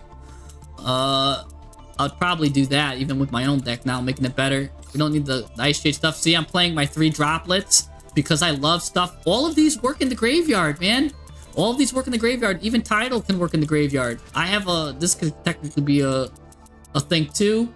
We're running the same Cliffort package here for Therion with Clockwork Knight, going into the Clockwork stuff. That could always be good. See, I play 3 Tristaros. I didn't play the little turtle guy, but it's fine if you want to play the turtle. That's good. He's got his uses. I play Rion instead because Rion goes into some weird stuff. Why not Maxi? Maxi's right here. Was he not playing Maxi? Did he not play Maxi? Oh, if you're not playing Maxi, play Maxi. And yeah, this is kind of what I'm doing. I'm playing Spooky Dogwood because Spooky Dogwood's also a water, and this deck grinds like it's got no other grind.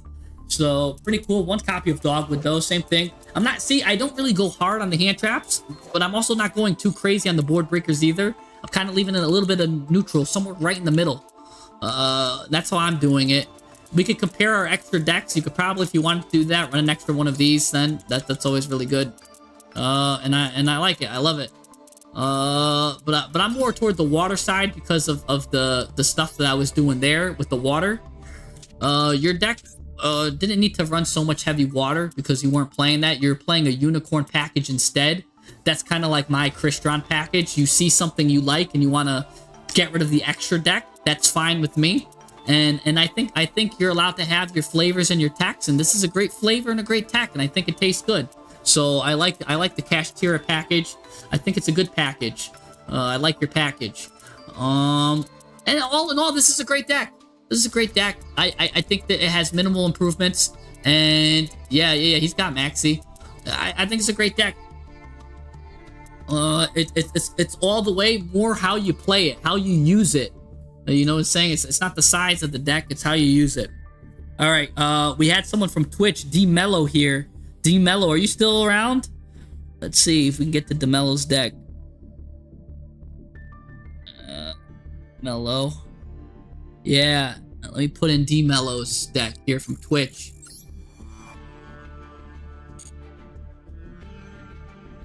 Got it. Give Twitch some love too. You know what I'm saying? We got DeMello. 295-286-448. D. Follow. Replay. Let's take a look. Take a little peek, a little gander at your deck.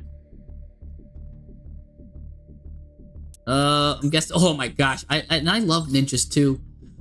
This is absolutely insane. I gotta copy this real quick. I gotta make room for this. He's playing ninjas Mimighoul, so we're gonna have to really there's because I'm a big guy on ninjas. Even in Theme Chronicle, I was playing ninjas. I got maxed out with ninjas there. So let me just make room for you. Delete this one. We'll delete this. Oop.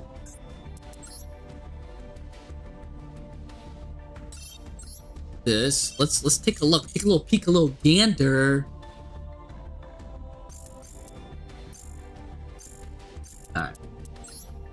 Alright. Let's see if I can find him again. Where did he go? Did I pass it already? I passed. I gotta just. It was D. D was the name. D. All right. You played ninjas, but you bounced around some other decks. Yeah, that's fine. I love ninjas. So this deck, you are cooking. You are a master chef. We're gonna copy this, and so he's got to win here. He's got a casual match. Did you dare play this in ranked? No, you don't want to play it in ranked yet. I wanted to see a video of it. You won with it. Let's just see. Let's just get the feel. I know how Mimighoul works, and I know how ninjas work. Let's just see casually how the deck kind of meshes with each other and what he kind of does, how he weaves it in and out. Because I don't know if there's a way that you can weave them together like that. So let's see. Let's see what he does. Let's see how he incorporates it. Sol and Luna right there is a great card. Whoa, sending everything to the... Setting more cards. He set things faster and most... Ew. This guy Max sees once you see him setting everything? I wouldn't have done that. Okay. Because we could just end our turn. He gets one draw off of that.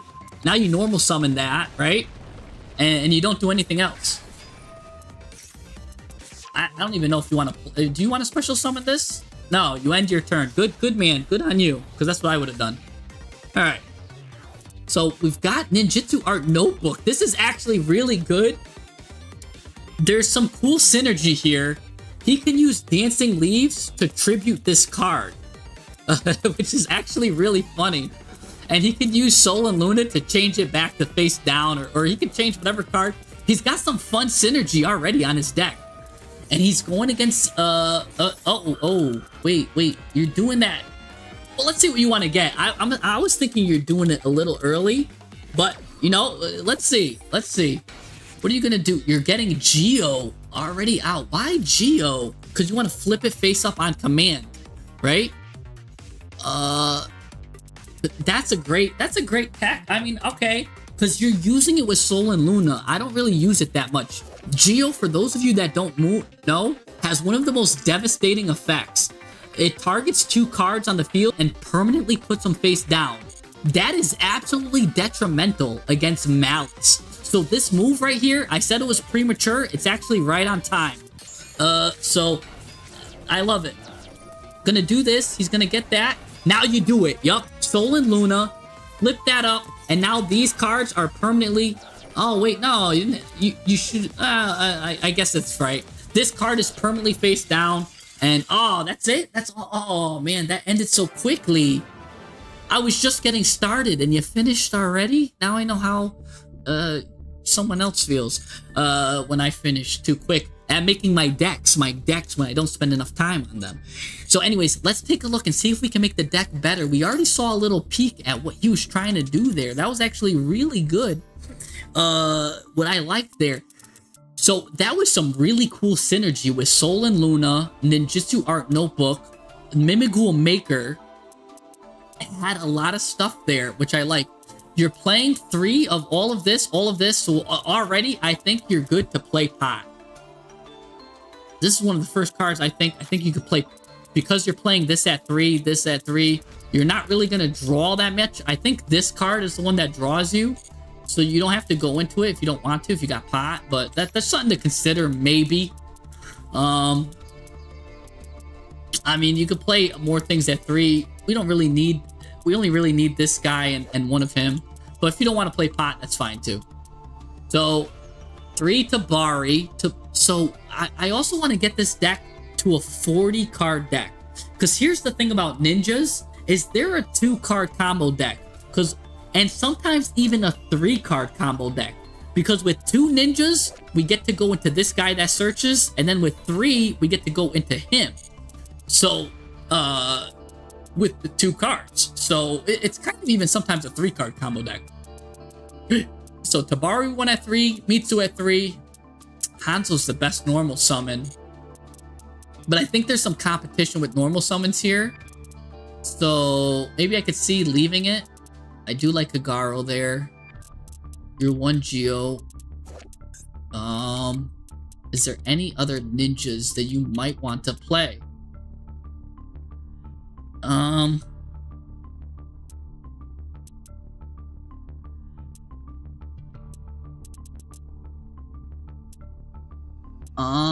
No, I think you're good. I think you got all the ninjas you need. I don't really see any other ninjas. Sometimes I put in this, but you know what? We could go deeper into the... We've got 3 of these, which is good. Might be playing all the ninjas at the right numbers, so we might just want to thin your deck. Alright, let's see if we can do... So, 3 of these. This is the best starter, normal summon. So there is some competition with the normal summon, but we got like 5 normal summons. You could play, if you want, reinforcements. Do you have a reinforcement of the army? Yeah, so you play 1 reinforcement of the army, which can search Hanzo, or it can search Kagero. So instead of playing 3, you play this at 2, and then you choose which one you want. And that could get you another ninja, if you really want it to. So, Green Ninja is good, and it does special summon, but it's very ninja heavy. But you know what? You're right. Green Ninja could flip your cards down. So sometimes Green Ninja can flip an opponent's Mimighoul that's face up, face down. If you send this card to the graveyard from your hand or field. And there's a number of ways you can do that too by sending this guy. So you could send this, flip a Mimighoul face up, and flip it face down. You could do a little stuff right there. So that's on the table. I would say he's on the table. And that's also another warrior, by the way. So he would go with reinforcement of the army. So that's good there. Let's see, zombies, fairies. We're playing 3 Mimighoul Maker. That's great. Dragon level 1s. Got a lot of level 1s. You could play some of the level 1 searchers I talked about earlier, but yeah. Do we want to play 2 of the Ninjutsu Art Tool? I played Tool when Kashtira was really heavy and they were banishing it, but maybe you just need to play 1 for now. What it does do too, though, is it does make your own cards ninjas. You can always use it on yourself or your opponent to make these live. Because these are so interesting, I don't know if we want this at 3.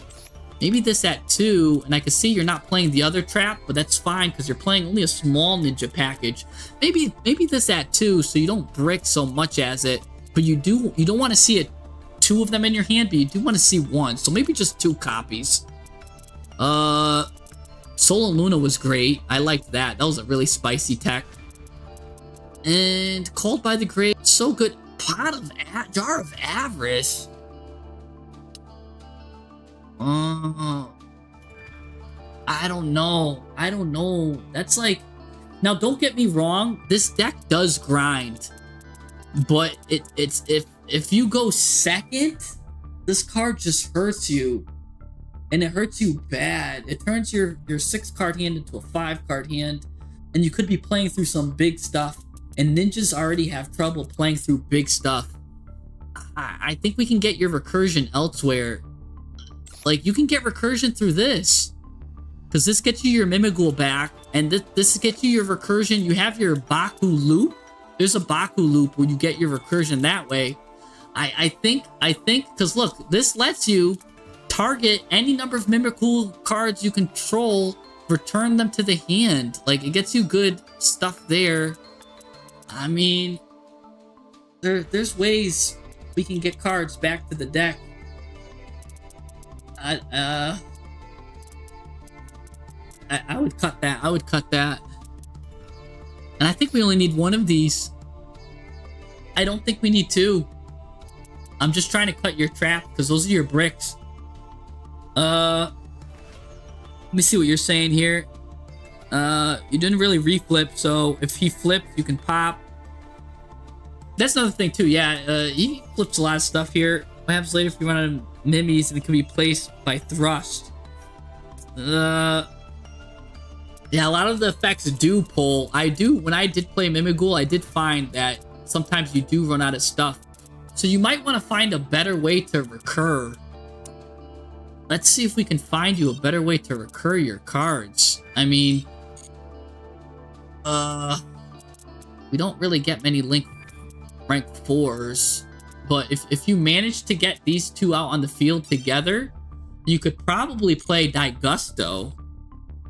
This way you keep your recursion in the extra deck. You could play this guy. Target 3 monsters, shuffle them into the deck, draw a card. This could probably get you your recursion that way. Then I would just cut that and just either you're going into Zeus or you're not. So Digusto, maybe, because you can get the 2 4s by special summoning her and having a Hanzo in the grave. That gets you 2 4s. So maybe that could be your recursion, because you don't need much recursion. What do you think about Digusto? That's one of the cards I think that could probably get you better recursion then, and you've got 2 level 4s. There's not really many 1XZs that can get you recursion. Like, the only one I could think of is no, that doesn't really recur. Yeah, there's no level 1s for recursion.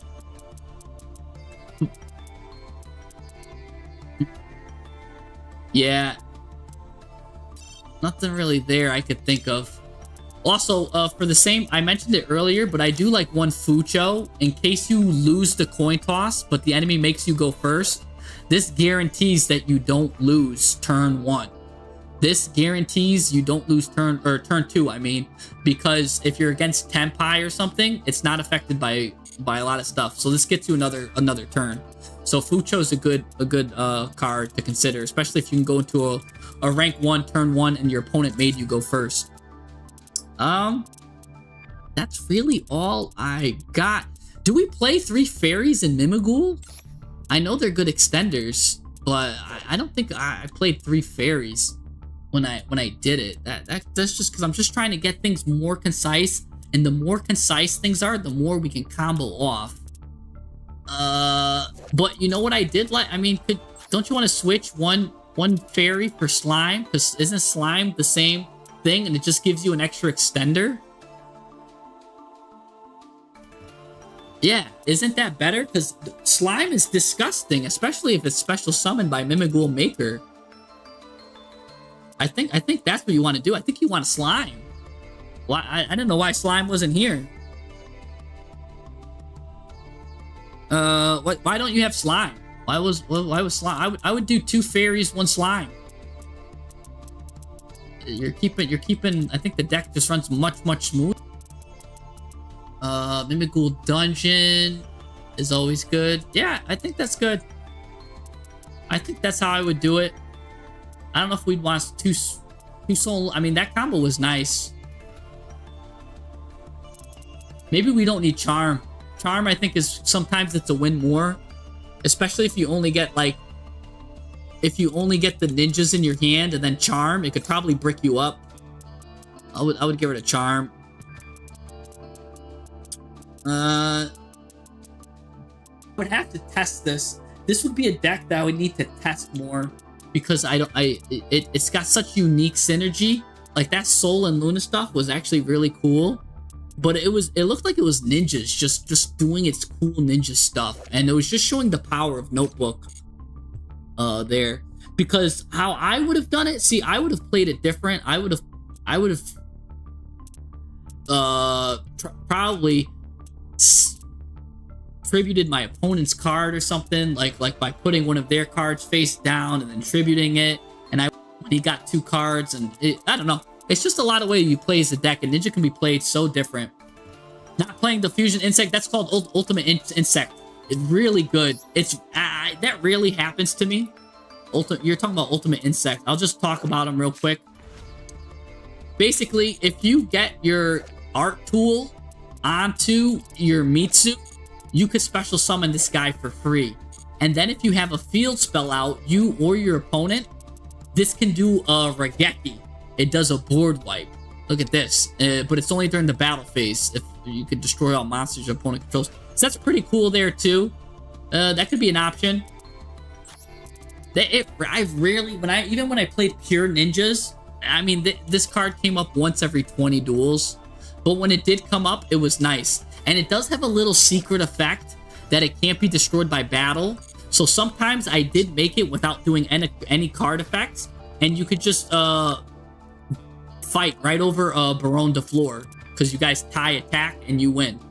And then because it's still the battle phase, you could destroy everything. That happened one time and it was the clutchest replay. I love that thing. Anyways, that was interesting. But yeah, so that's kind of what I would maybe look at with the ninja stuff. I think I like what you're doing, cutting some of the other traps, and you just strictly want to focus on the face down stuff.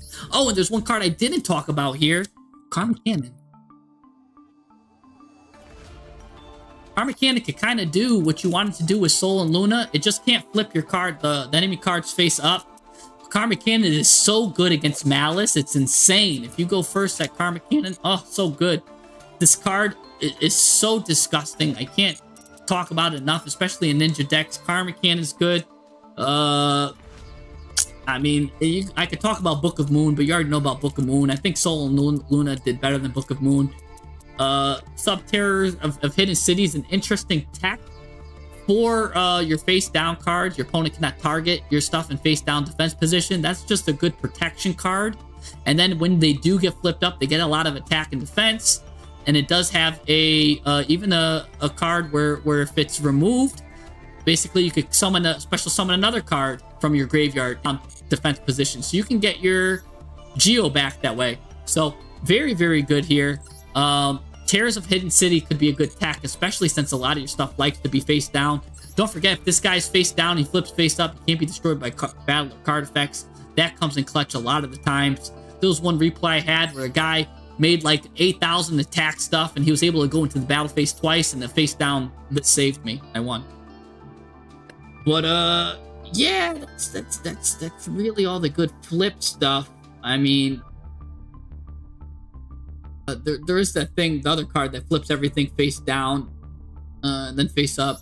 Sunbeat, don't worry about Sunbeat right now. It's gonna have its time, but this isn't it.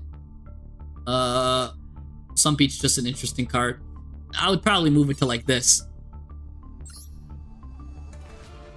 The slide decks you make for review, do you do the same sort of thing where, yeah, it's sometimes. But yeah, so that's what I got. That's what I have for the decks. All right, we've been reviewing decks for like 3 hours now, and my voice is getting shot.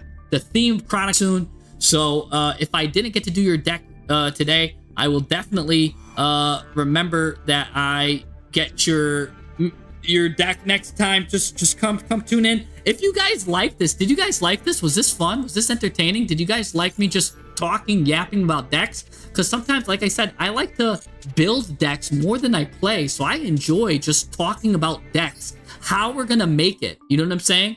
And again, so we didn't really even play a single game, but we just talked about the game. And I love talking about the game. If you love that kind of stuff, you know, give me a like, give me a subscribe. And again, I mean, we saw some replays. I really liked, my favorite deck was this Petroleum deck. But I had so much fun making it and looking at these decks. I'm gonna have to give some of these a try. There was that very interesting Bird Up deck that was really cool. I thought that was a good one too. He said that he wasn't a free-to-play player, but we all know he was secretly capping. But this was just a yap session, and I had so much fun yapping, and I hope my yapping made you guys start, you know what I'm saying? So with that, thank you guys. This was a great stream, and we'll maybe do another one if you guys like that. Maybe every Wednesday we'll do like a deck check kind of thing. So yeah, thanks for tuning in, guys, and I'll see you guys next time. Thank you so much. All the love to you guys. All the love.